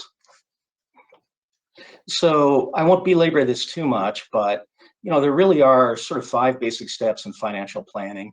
One is to forecast demand and what level of water sales we believe we're going to have, as well as billed sewer discharges. Secondarily, we project revenues from rates with no change in the existing rates. We ask ourselves, given our demand forecast, what do we think we're going to earn over the next 10 years if rates remain unchanged? In step 3, we project all of our costs. And it's important to note a couple things. One, we're projecting inflation-adjusted costs. So we're not projecting operating costs or CIP costs in 2022 dollars, but we're inflating those over the 10-year planning horizon. Next, target cash reserves are a cost that needs to be taken into consideration. And then also we need to make sure that we can meet debt service coverage requirements and have adequate revenues to pay our debt service. So in step 4, once we've projected revenues at existing rates and once we've projected our costs, we can determine that what I call the funding gap, which is the differential between revenues at existing rates versus our costs. And that differential is the gap we need to figure out how to fill. And of course, finally, that leads us to scenario planning, because we can generally fill that gap in 2 main ways. Once again, rate revenue increases or external debt financing. And what we're doing with Karen right now is looking at some of those scenarios. And I want to, make sure that it comes across that underlying all of this is an awareness of customer bill impacts. And so raising rates is always a difficult thing. And so financial planning I see as kind of the art of minimizing rate increases to the extent we can, as well as making sure that rate revenue increases are small, smooth, and predictable. Next slide, please. Okay, so here are some preliminary results, and I want to make sure that I convey where I think we are at right now in the process, and I want Karen to jump in and correct me if she disagrees or add to what I'm saying here. We have 3 financial planning models, which are very detailed, very comprehensive. Right now, they're populated with estimates regarding operating costs, capital improvement expenditures, revenues at existing rates. And so I would describe them as some models that are built and completed But now Karen and the Reftelis team are stepping into the process of fine-tuning the costs and making sure the CIP expenditures pass muster. And preliminarily, what we're seeing is that on the potable water utility side, we see rate revenue increases on an annual basis of approximately 2%, which is an amazingly good outcome. On the sewer side, we're seeing preliminarily annual rate increases of approximately 3%. Also, compared to many clients we work with, an excellent outcome. Recycled water is a bit more problematic. I mean, one thing that I think stands out in the prelim recycled water financial plan is that your current rates are just not adequate to cover projected costs. And we think that we may need to have some very significant annual rate revenue increases. I would prefer not to give you a percentage estimate right now, because I think Karen and Reftelis still have a little bit of work to do on that. But from my perspective, the picture is positive on the potable water and sewer side, and not quite a positive picture on recycled. Next slide, please. So Karen and I wanted to show you 3 model dashboards. So keep in mind, this is all taking place in Microsoft Excel models. There are workbooks that have multiple worksheets, and there's always kind of a dashboard that serves as a master control panel. And so in this first illustration, you can see a utility, and this is the yellow line, that's about the 3rd line down, that has made the decision to not have any rate increases. And by the way, this utility is also not issuing any debt. And what happens is that you can see that over the 10-year planning horizon, a couple things that are very bad happen. One, our actual ending cash reserves go negative in 2031. Prior to that, as early as 2023, you see that we have a variance from our maximum reserve target. And even in 2027, we run out of cash and we have a variance from our minimum reserves. So this is not a viable financial plan, obviously. Next slide, please. Now, here is the same utility with the same set of cost inputs and demand inputs, where we have what might be called a moderate rate increases, 1.5% a year.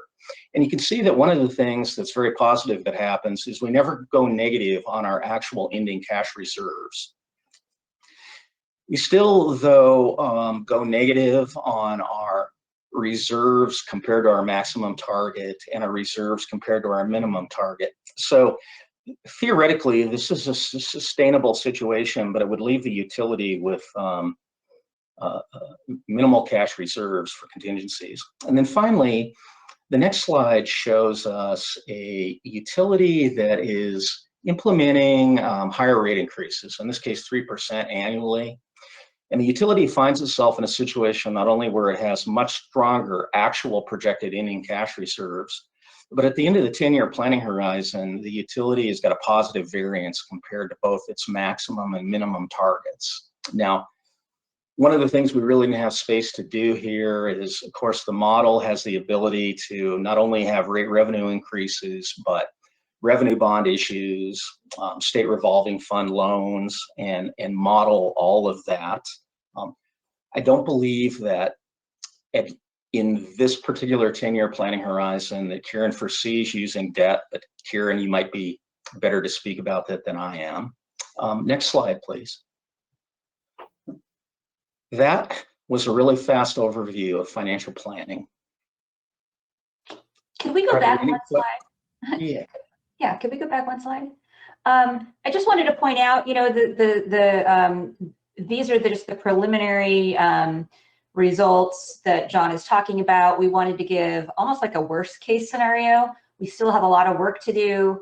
On his previous slide, but he was giving, you know, estimates for rate increases. But I wanted to make a point about this slide in particular is what the model does is, you know, we put everything in there and then we start to run scenarios, and then the real fine tuning comes along. So in this particular example, we would never do this because we would never raise rates in order to exceed our board maximum target.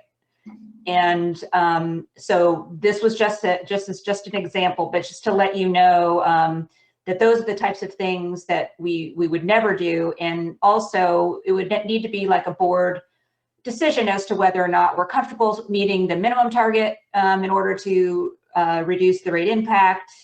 And so those are the types of things that when we eventually come up with recommendations for rate increases, that we'll be asking the board for their blessing on how they feel about the reserves that the particular rate increases will give us. Any questions or comments from directors or general manager? Director Till? Yes. Are you considering in your model a decline in water use as rates increase? We are. The model has the ability to reflect declining water use. I can't remember the exact assumption that's in the current model right now, but there is a decline built in.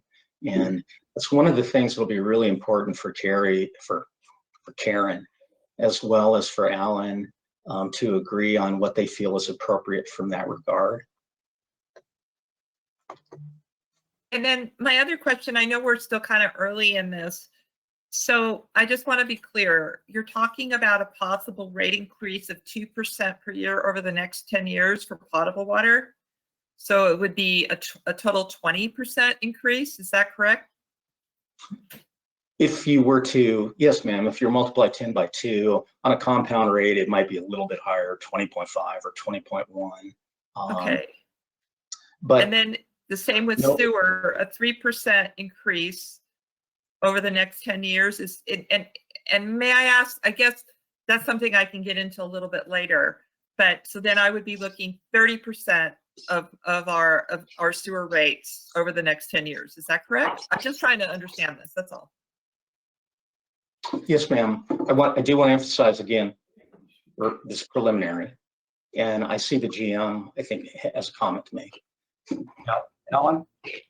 Yeah, I just want to make clear that we are not talking about a 10-year cost of service study, a 10-year Prop 218. We're talking about a 5-year business plan. So no, it's not, we are not asking for a rate adjustment for a decade. We're asking for a 5-year rate adjustment. And again, it's very preliminary. This looks to be the worst case scenario. I think it's going to be more favorable, but we'll have to wait and see. Okay, yeah, that was my question because I thought we were on the 5-year plan, but this is just for modeling purposes. Correct? Yeah. I'm really, there's assumptions in the last 5 years that we don't even have a budget for. So this is just to make sure you're not going in the wrong direction. That's always like we talk about year 6. So, you know, you could continue on and use reserves, but then what happens in year 6? You need a 10% rate increase. So we look at a longer term horizon, and but like I said earlier, that, you know, we feel pretty good about this. We think that that this is just an indication of that that it should be within that and likely lower as we work through this. So that's our goal. Karen and Glenn, thank you for, or Karen and Alan, thank you for clarifying. I don't want to mislead any of you. We will not be coming to you asking you to authorize rate increases over 10 years. So that's clarification number 1. And as just has been previously said, you know, starting in FY27, advanced pure water should be coming online. That's going to have some interesting ramifications for the utility from a financial perspective, both as it relates to your purchased water costs and your wastewater treatment costs. So we thought it was wise to look at a 10-year planning horizon, not to have you authorize rates for that long, but just to provide a tool for the executive team to work with going forward. Okay, Director Till? I think this is fabulous data because then we could say, hey, if we don't do AWP, look what we're looking at. And this is I'm a data queen. I love my data. So yes, this is amazing to have, and I really appreciate it now. Good job. Okay. Any other comments or questions? I wanted to point out though, when you add up year over year increases and then add them up, it sounds large, but even given the percentages that we had as possible, that's well under inflation. So, Yes. I mean, we felt pretty good.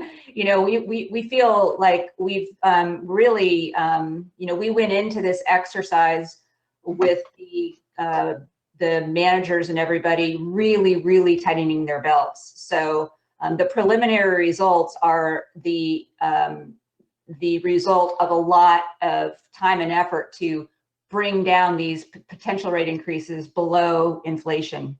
So, that's just a comment I wanted to make, that, Thank you. considering everything that we are, that we buy and that we do is going up higher than what our rate increase is. So, Yeah, agreed. Any other questions from the board? Amy, are there any public comments? Yes, we do have, Robin Reardon wants to speak again. Robin, I'm unmuting you. Thank you. This is the first time I've been to one of your board meetings, probably ever.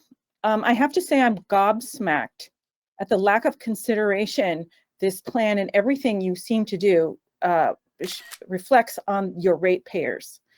I am a single person in a Santee home. I recycle everything, and my water bill is regularly $150 a month. That is not just, that's bordering on criminal from my perspective. We'll start there.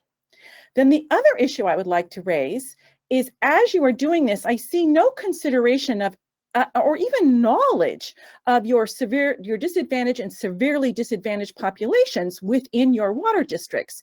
You have people in your districts that have families that are making $53,000 a year. I'd be happy to provide you the maps and the data. You can go to something called Community Fact Finder to find it. People cannot afford your water now. What are you going to do in the future? How in the world does a family of 4 afford your water when they are making $53,000 a year and paying rent?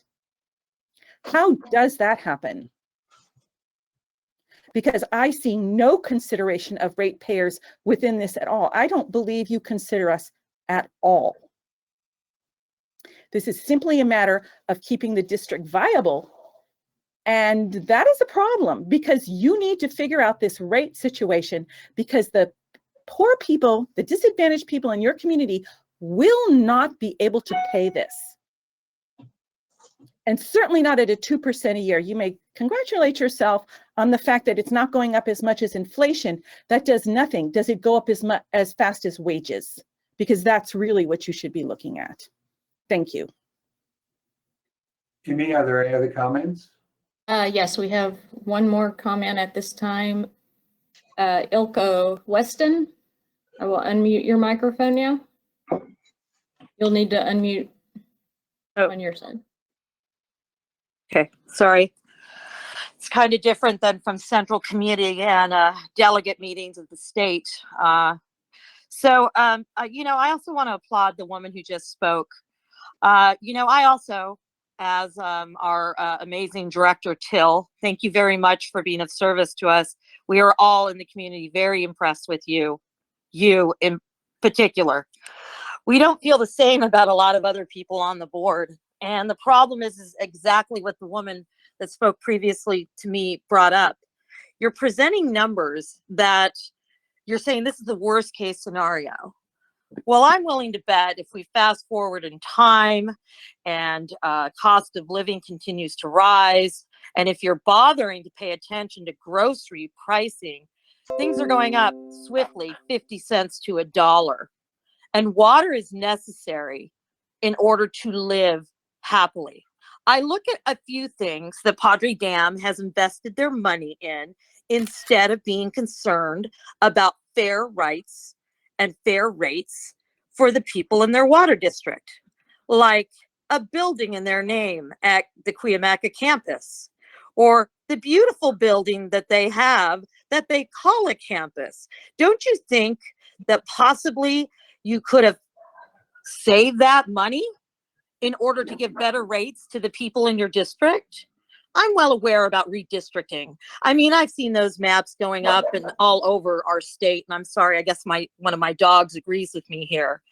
I think right now what you should be really doing is realizing we're not out of a pandemic.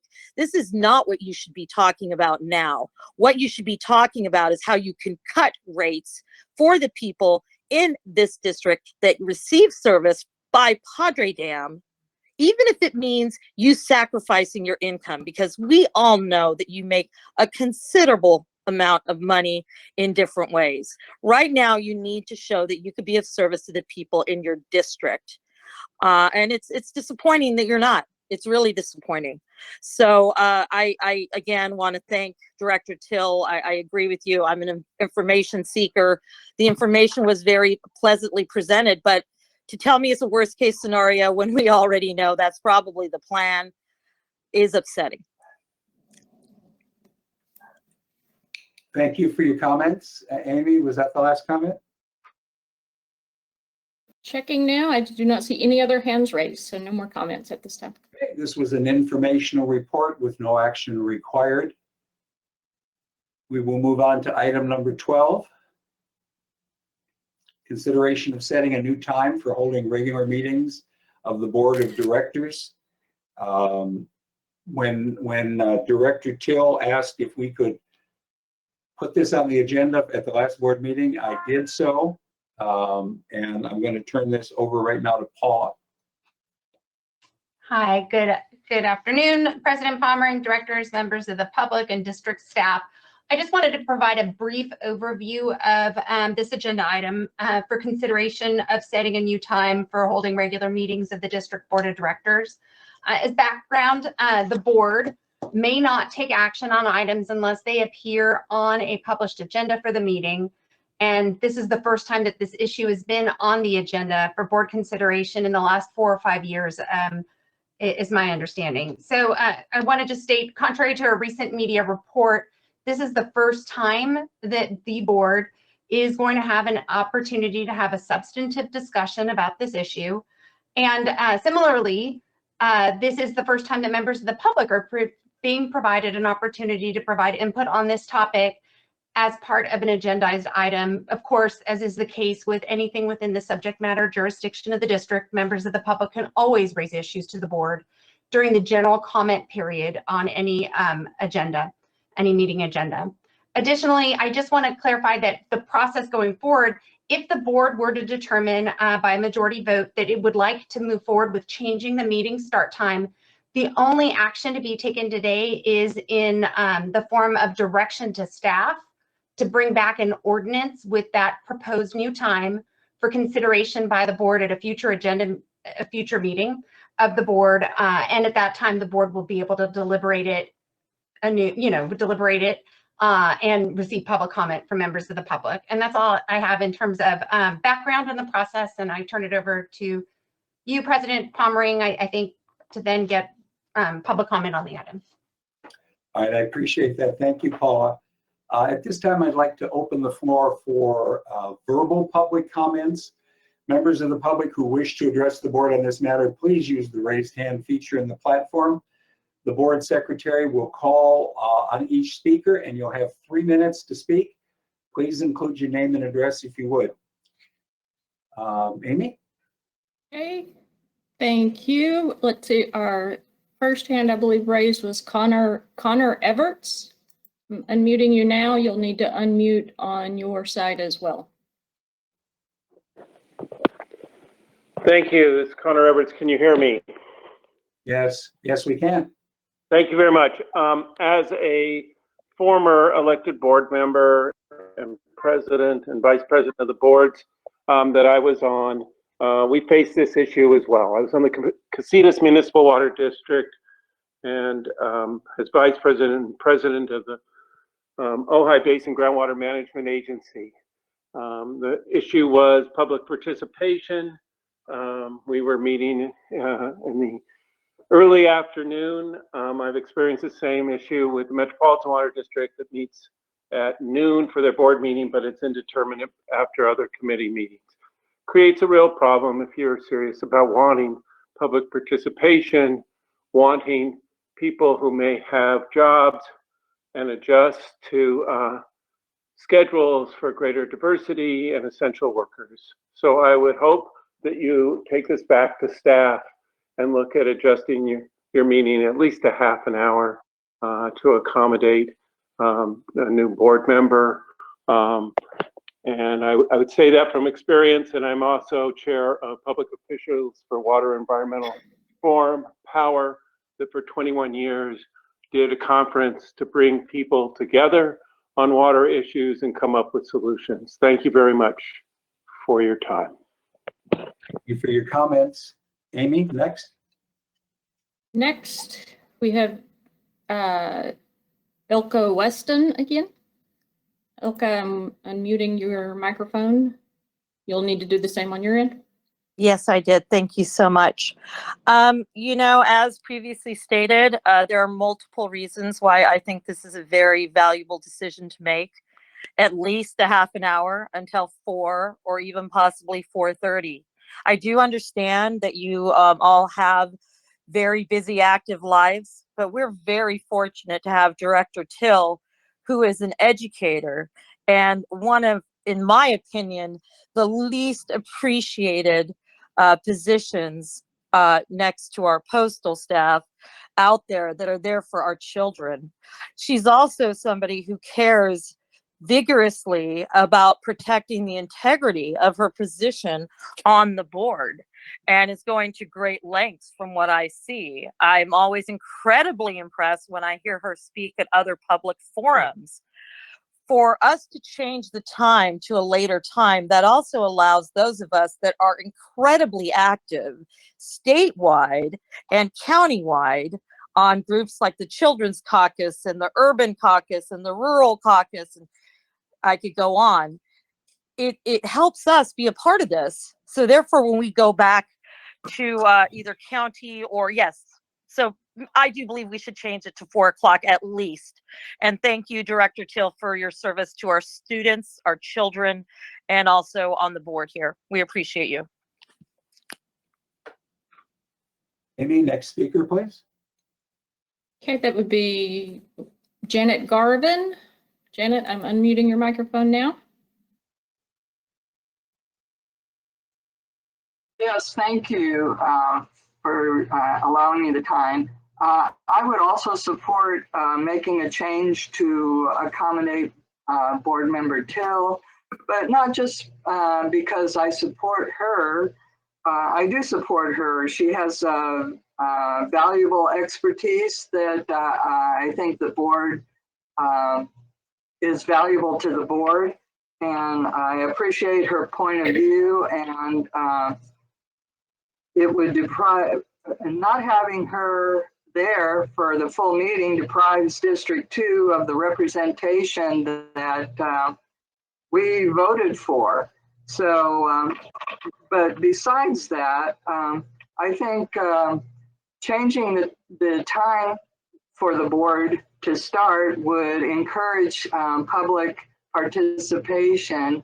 And one of the issues I think with Padre Dam is you don't have a lot of public participation, and you don't have a great positive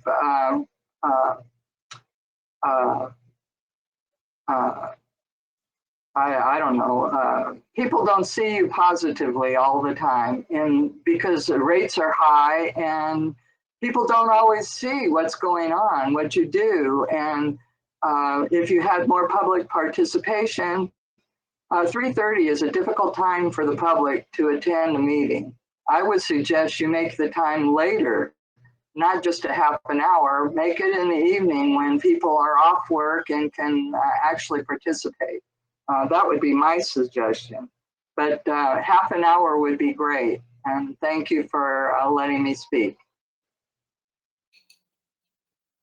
Amy, next, please. Next, we have John Dadian. John, I'm unmuting your microphone now. Well, I'm trying to. Hold on. It is not working for some reason for Mr. Danian. Perhaps we can come back to him if it's a problem. Yeah, I do know he did not have a microphone showing in the platform form when he first joined, so he may be having audio issues. I don't know, but John, if you'd like, if we can't resolve it, you could submit your comment through the questions pane, and I can read it for you. So next, I will go to Elijah McKee. Okay, Elijah, Hi. you should be unmuted. There we go. Hi, you can hear me? Yes. Well, hi everyone, thanks. My name's Elijah. I'm a reporter for East County Magazine. And I was just curious if any of the other directors had practical reasons for why they couldn't adjust the meeting time up to a half hour or hour later. And if they did have that reasons, to please make that known so that we could factor that into this discussion. Thanks for your time tonight. I appreciate it. Amy, next caller, please.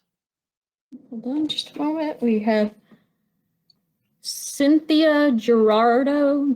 I'm sorry if I'm slaughtering that last name. Cynthia, I'm unmuting your microphone now.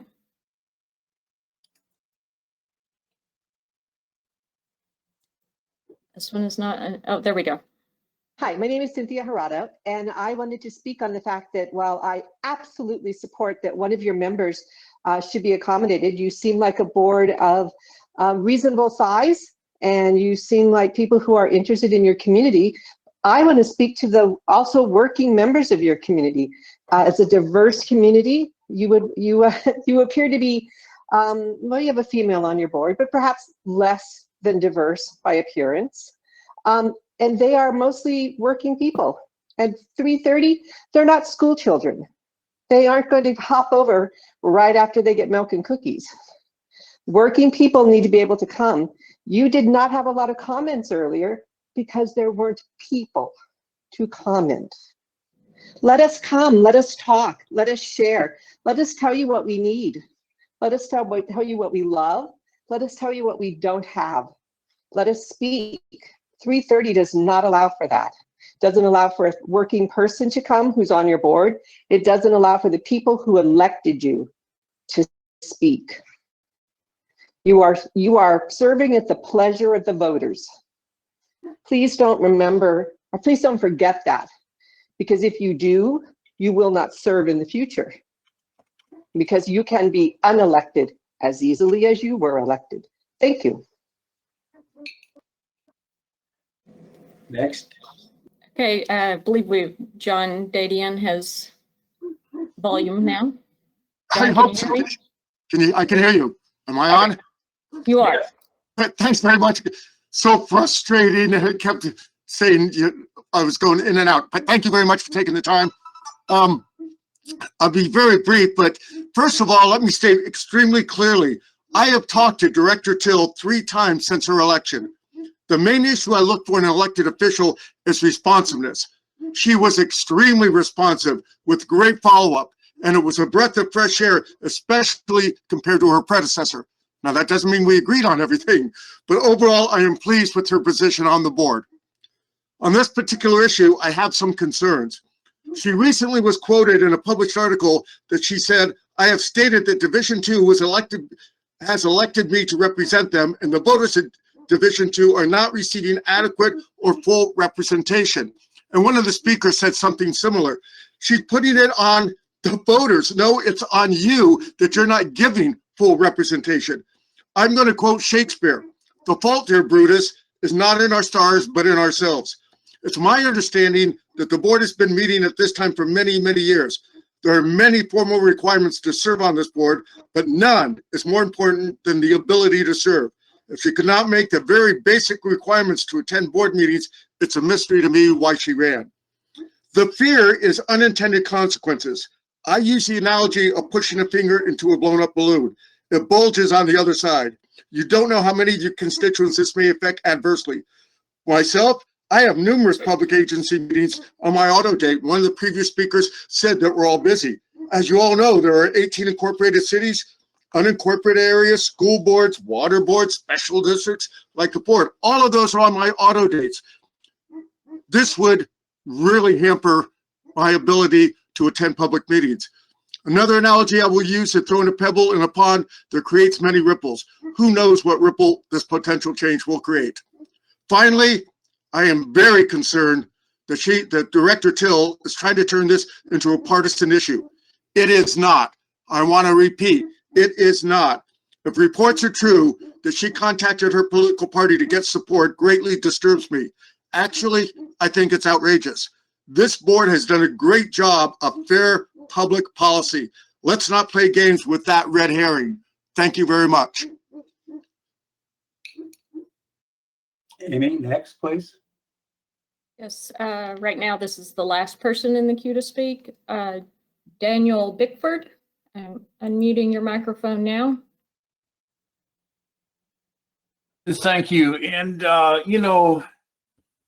Ms. Till is, has just had a scathing report in East County Magazine. It's the most sexist and misandric accounts I've seen to date. She seems to blame it all on old white men. And that's what I hear. She's been floating around town. She's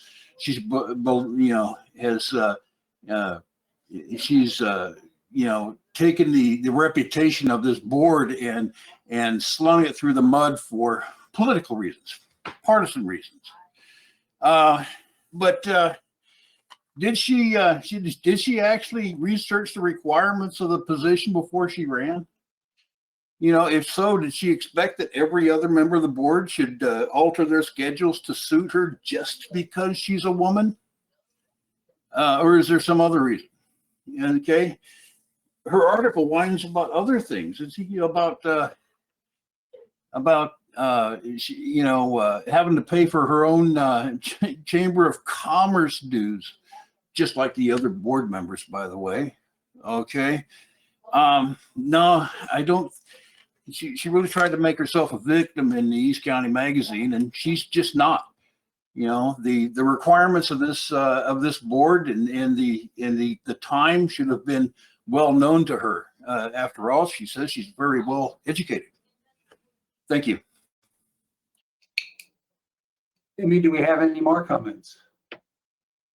Yes, we do. And I would ask for those that are submitting comments through the questions pane to also raise your hand, please, so that I can call on people as they're requesting to speak. We have more people raising their hand. Okay. At this time, Elko Weston has raised her hand again. Elka, Yes, I've learned your system fairly swiftly. Something that I think is very poor-minded, and I actually know John Dadian, and I do not know the previous statement, but those are two gentlemen that are attacking a woman who is a teacher to our children. That is never okay. She is not walking around trying to get the support of her party. She is the most respectful individual I have ever met. I am inclined to be more active in these meetings because how she has represented and thus how I have seen many of you gentlemen here behave. And I think false attacks on a woman by anyone, other women, by men, it's misogynist. It's horrible. I feel like the two gentlemen that just talked took me back to 1950. And I'm afraid the last president took us back there. What we need to understand is we're all people. We all care. She has a short time. She's requesting on the board. And I'm grateful to have teachers like that in the system as a mother, as a person who's trying to change the school system to help our teachers more. So if she's making that simple request, that does not give anybody a reason to say she doesn't understand the job title. Correct. Thank you. This is Legal counsel. This is General Counsel. Sorry, each person can only have one opportunity to speak. I'm sorry, Ms. That's fine. Her last name. You already had your time to speak. Oh. So I just want to make clear. It just realized that you had already had your opportunity to speak. So It was coming up. It was coming up as total for the two of them for 3 minutes. Thank you. Amy, anyone else? Yes, I apologize for that. As I started taking comments, I started making a list of Yeah, I who all had was next in queue, and the first few weren't on the list. So Robin Reardon has asked to speak again, but I honestly don't remember if she spoke at the beginning or not. I believe she did speak to this. Is that correct? Anyone? Not to this. Not to this? Okay, well, I'm happy to hear. Okay. I am always happy to hear from anyone. So, Okay. Amy? Yeah, she's actually commenting. She did not. So Robin, I am unmuting you right now. Thank you. Yet again, I'm gobsmacked. Your consideration of your meeting time has nothing to do with the ability of the public to come to your meetings, and more to do with the convenience of you as directors. If one was a cynical person, one might think you don't want to hear from the public. I'm hoping that you do. I would like to suggest that you move the meeting to 6:30 so that everybody has a chance to come and speak to you. I, for example, would like to organize all of the people in the disadvantaged and severely disadvantaged communities to be able to come in and tell you what they think about your water rates. However, most of those people are essential workers and day job workers and either don't have the computer power, they do not have the ability to come at this time.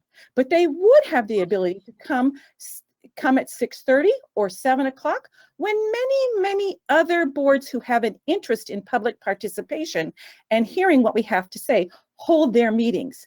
The time of your meeting should not bear on your personal schedules. It should bear on what is important to the people of this community and how you can best get information from them. So I would like to suggest that you move the meeting to 6:30 or 7 so that everybody has a chance to participate. And as I said, I'm going to be very happy organizing all the disadvantaged and severely disadvantaged communities so that they can come and talk to you about how they feel about your water rates. Because I don't believe you have ever heard from them. Thank you. Amy, anyone else? Again, I'm receiving some comments within the questions pane. If you can speak, if you can address the board via your audio, please raise your hand now.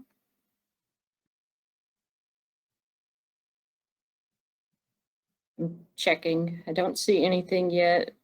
Justin Ryan, I know. Okay, Justin says he's still in his noisy workspace.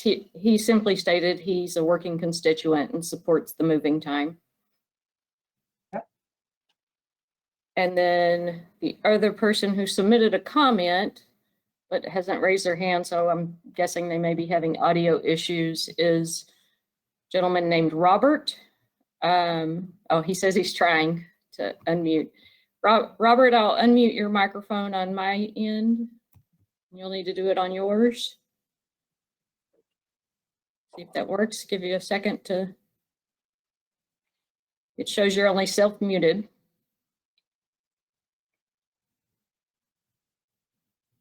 Duty. There we go. Anybody there? Yes. Please go ahead. Yeah, I supported change, but also, is there a cost to having the staff stay around? Does anybody know? Does anybody care? No, at this point, we're just accepting comments, sir. Okay, well, I support a change. Okay. It's the 21st century. It's not 1950 anymore. Thank you. Thank you, guys. Amy? Hey, I'm just double checking. Lots of activity going on here. Yeah, I can imagine. I believe I see no raised hands at this moment, no additional comments. Okay, at this time, let's move on to any written comments you've received. If you will read those, and they too are subject to a 3-minute total time. So at Yes. your convenience, you can just go through them one after the other. Yes, and let's see. Bear with me one second. Okay, we received 12 total written public comments prior to the 3 p.m. deadline. The first one's name is Carson from La Mesa. Says, please keep the meeting date of 3:30 the same. It is not fair that a member of the board can get elected and change the structure of board meetings to fit her personal needs. This should be something that she was aware of and adjusted her own schedule rather than to change it for everyone else.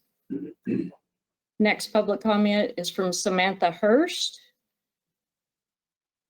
She says, I do hope you will consider this change thoughtfully and with regards to those of us who are professionals and cannot participate in meetings that are scheduled during typical work hours for many. As a resident of the Weston development and an engaged citizen, I believe the board would benefit from a better flow of exchange and input from residents like myself. This can easily be achieved by making meeting hours at a time when majority can attend and not just a few. Moving on, this one is from Christina Marcox in Santee.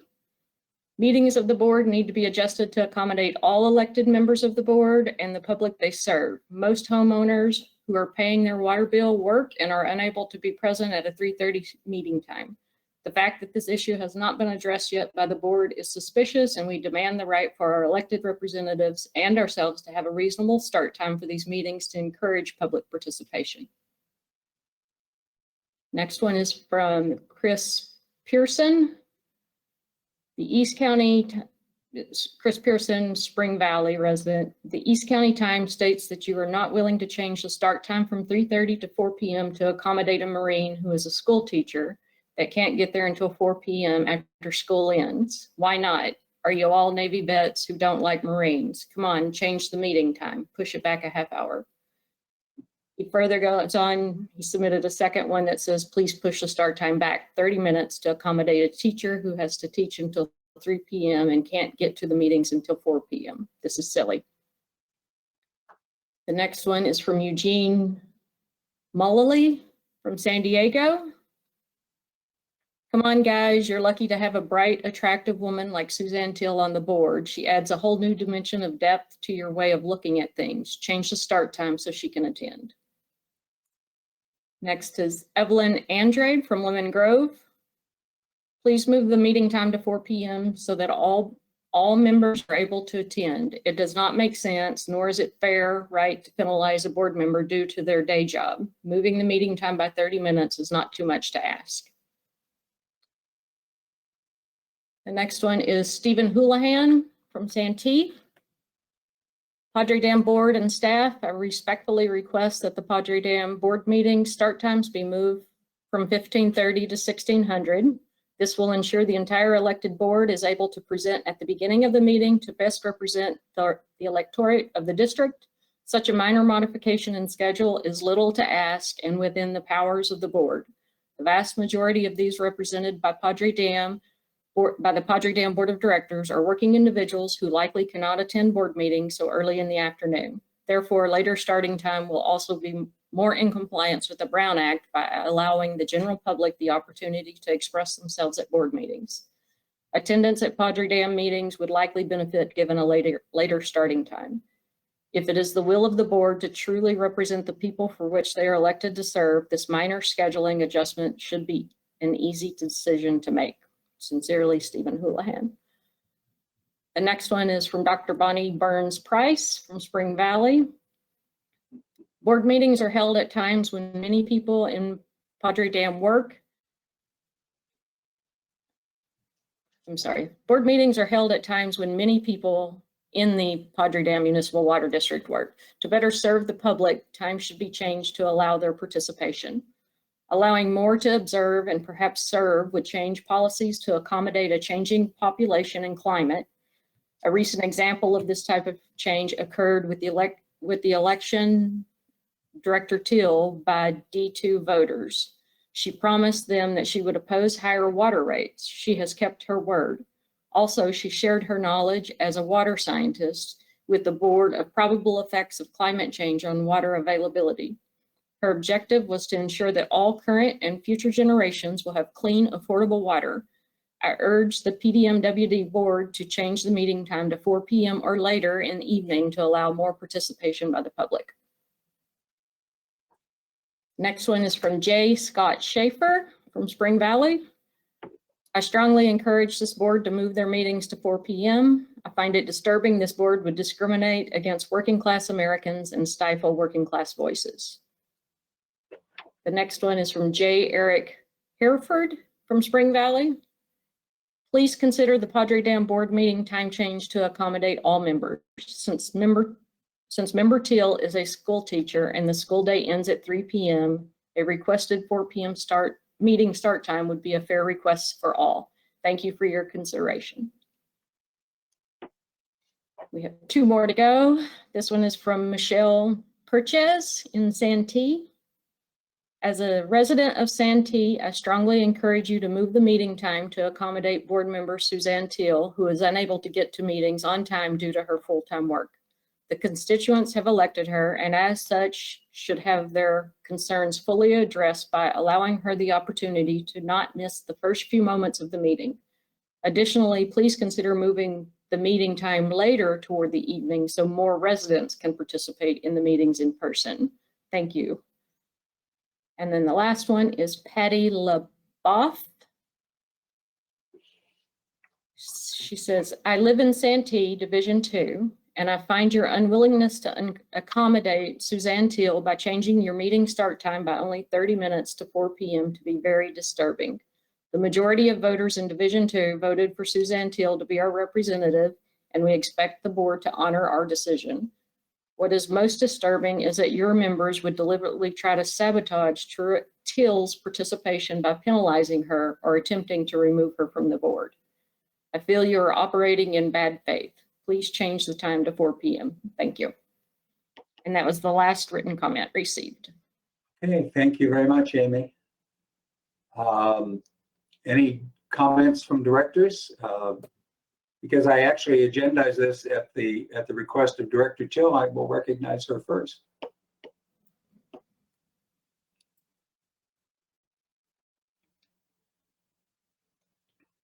Sorry, it took me a minute. I really appreciate that this was agendized. I will say I did not know it was agendized till I had a discussion with Paula at my request last week. And so I did appreciate Paula communicating that to me, but that was actually at my request. The only thing I want just to point out is this is number one, the article that was written really caught me by surprise. I had no contact with the newspaper or the reporter at all. This is not about gender. This is about allowing people who work and essential workers to serve and also attend the public to attend board meetings. So I went through and got a list of meetings, local meetings of local districts as a comparison. As you know, we meet on Wednesdays at 3:30. Helix meets at 3 p.m. on Wednesday. Otay Water District meets at 3:30 p.m. on Wednesday. Lakeside meets at Tuesday at 5:30. Sweetwater Authority, Wednesday at 6 p.m. and a high school teacher is on the board.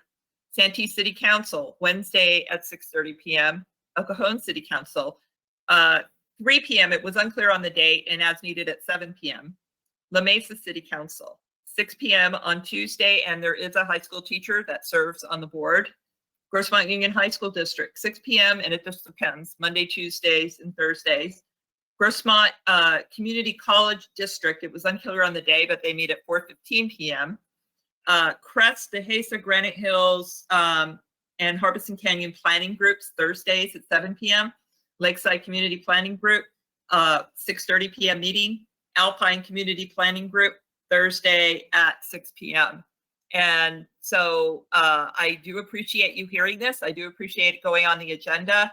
And I think it's a reasonable request for a half hour, although I do agree with what the voters have told me that we do need to consider having at least some meetings later for people, especially those essential workers who do not have that flexibility. I can't leave my classroom before 3 p.m. I've got children, high school students I have to supervise. So thank you very much. Director Wilson. Yeah, I'd like to just start out by addressing one major point here. And our legal counsel brought it up at the very beginning. This is the very first time this board has considered changing the meeting time as an agenda item. It was brought up last meeting, the very last meeting, not 3 months ago, not a whole long time, by Director Till when she asked under director's comments if the board would consider changing the meeting time. President Pomerantz did so. He set it as an agenda item here. So all of those speakers who suggested that we were unwilling and that we were wrong to deny changing the meeting time are just plain not factual. We have never considered that. We've never been asked to do that. This is the very first time. To be fair to Director Till, when the meeting minutes in the past sometimes reflected her being late, she asked that the meeting minutes reflect why. So that has been brought up. But and even when she brought it up at the last meeting, I said, I remember saying, well, what would work for you? And she said 4. And so I just wanted to make those points. There's a lot of stuff in that article that are unrelated to changing the meeting time. So there's been a whole lot of effort to stir up a whole lot of people based on non-factual information. This is the first time we've considered it. Thank you, Mr. President. Thank you. I guess I would make a comment. If I read that article right, it said it's based on a memo that Director Till wrote to apparently the Democratic Party, and that's where the information came from. If that's the case, then that's where the charges came from. If it's not the case, then I think Director Till should repudiate the article. Director Till? I will not repudiate the article because it's not based on a memo. It was there was a few sentences that were quoted from an email that was sent to the press, and this was an email to supporters. And that's all I'm going to say. Everything else with the article, and I don't think the article should be at issue. And one other comment. I have been showing up late since August, and I have been patient, waiting for anybody to say, hey, can we help you out here? And that was never forthcoming. And so I decided to keep coming late and setting up my computer while this was at to collect data to prove that I can't make it on time. Because I was concerned, and maybe I'm wrong here, that if I asked earlier, this would have been a debate. And we had a massive debate about it today. And so that's why I did it. I came in meeting after meeting, showing up late, and I'm like, okay, I guess I got to collect data. So that I'm a data girl, all right, data woman. And I did. And I just wanted to make sure when I did finally make the request, and this has been going on since last August, that it would be very clear that this is an issue that I could not possibly make. So the article, there's just a few lines in the email. If you read it closely, everything else I cannot verify because it was nothing, no information that was given from me. And that was just what it is. So there you go. Any other comments? Dr. Harris. Yeah, I think the request probably could have come earlier from Director Till, earlier in her tenure on the board, and we would have taken the matter up earlier. Yeah, I think a lot of people were somehow assuming that we're stifling this, and we haven't really had a discussion about this. I'm okay with going at a later time, and I'd like to hear some proposals on that. Any other comments from anyone, any director? Director Peasley. You know, it's interesting to hear all this debate and all this effort that's gone through just to discuss the change in meeting time. I find it very disconcerting And it goes to character to me, the character of Director Till and what she represents in that character. All she had to do is she never asked me, not once, Jim, would you consider changing the meeting time? She never asked the board, not once, would you consider changing the meeting time? No, she had to take the route that she did with an article and all the folks that wrote in and all the folks that speak. To me, that's just bad behavior, and I don't like it. And I'm more than willing to change the meeting time. It's just, why can't you just do something different and try to work with this board instead of trying to create this animosity that you're trying to create? I find it very disgusting. So that's all I got to say. Any other comments? Director Wilson. Make sure I'm off mute. That despite the inappropriate attacks that were unnecessary, uncalled for, and inappropriate, because this was never asked for us to make this change before, I'm going to make the motion, in spite of all of that, to move the meeting times to 4 o'clock. Director Wilson, I'd like to second that with one caveat. I would like to hear back. I'd like to bring this back to the next meeting and hear back from our general manager about any impacts this may have, either financially or personally for staff. Because I'm not looking to trade one person for how it affects other staff or how it can affect us financially. I'd like to hear that. And so I'm asking if you would amend the motion, a friendly amendment, that we have a hearing, General Manager Carmile be prepared to give us that information at the next meeting and bring it up on the agenda for the next meeting. But Yeah, I'm not opposed to moving it. I'm not at all opposed to moving it at 4. Had I been asked that previously, I would have been happy to do that. But again, it's not the wrong thing to do. It's the right thing to do, actually, in this case. But there's also the impacts. There's, this, someone said about this not being 1950, and I agree with that. But we are going to affect people that because of their work time, people don't work 9 to 5 all the time anymore. And so there's going to be impacts all over. And as one person said, whenever you poke the balloon, it comes out someplace else. So I want a little more information, but I would second, I would ask you to change your amendment, your motion rather, and I would second it.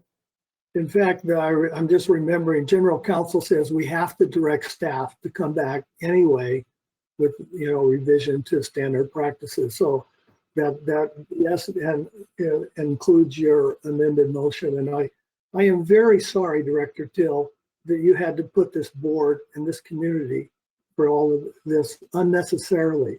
It was inappropriate, uncalled for, and showed a lack of good, solid leadership on your part. Director Karras?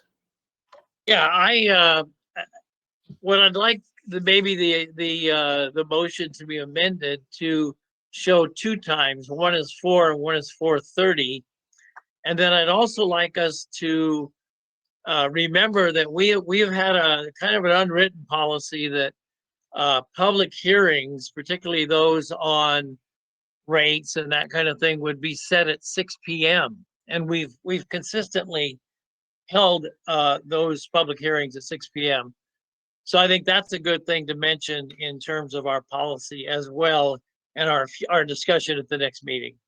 Yes, and I'm sorry I didn't mention that too, Director Karras. We've always held those meetings in the evening. And I also point out that several boards have moved to the evening and found that there was absolutely no change in attendance and have subsequently moved back. Director Till? I just want to say that I respect all of you. I think your leadership is great. But I have not felt welcome. And I'm not putting it on you at all.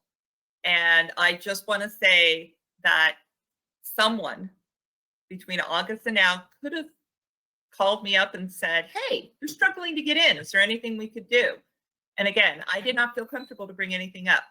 And I didn't feel comfortable until this point at the last meeting that I said, okay, there's enough data points there. It's not working. That is the reason why. I did not say that there was ignorance or anything like that. I just felt I needed to collect the data for that to clearly say this is an issue. And that's all it is. So I respect you all. I think you're all doing a fabulous job. And I hope this can be resolved. And if not, that's fine too. We'll continue to march. Director Till, I would make one comment. When you were first elected to the board, I reached out to you via email, and I reached out to you a second time.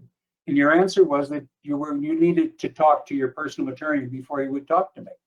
The only time you really ever reached back to me was when your dog was ill, and I reached out to you to extend a hand of friendship. It works both ways. When I was ignored, the times that I reached out with email, I saw no reason to reach out to you again. So it does work both ways. It's an avenue that works both ways. And this, I have worked with members of this board. I've worked with members of other boards, and I've tried my darndest to get along. But this is the first time I was ever rebuffed, told that someone was going to talk to their attorney before they wanted to engage with me. And yet you never did. So if that's something that I should never have reached out to you, fine. Director Wilson. I didn't want to reach out to anyone at the time because I was a brand new elected official and trying to learn, and I had no knowledge of the Brown Act, zero knowledge of the Brown Act. And that's why I didn't want to talk until I went through Brown Act training. That's all that was. Okay, then if you think I didn't have enough knowledge and I would reach out to you to do something illegal, then I feel very sorry for how you started this relationship. I disagree. Okay, I guess this is deliberation, Paula. I don't know, but I think it should be respected that I wanted some training. That's all. It's not that I don't trust you. It's just I wanted some training as a brand new person. Well, that's all I want. I've always reached out to fellow board members. Director Wilson. I want to respond to Director. Oh, I'm sorry, my dog's barking now. Director Karas's comment about 4:30. My motion stands at 4 o'clock.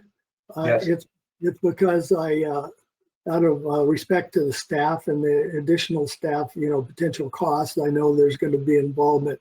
4 is way more palatable to me and I think it's a reasonable change. And with regards to Director Till not knowing about the Brown Act, I know our general manager reached out to her before she was elected too, to help give her a briefing ahead of time, as he does with all candidates. And she did not take advantage of that.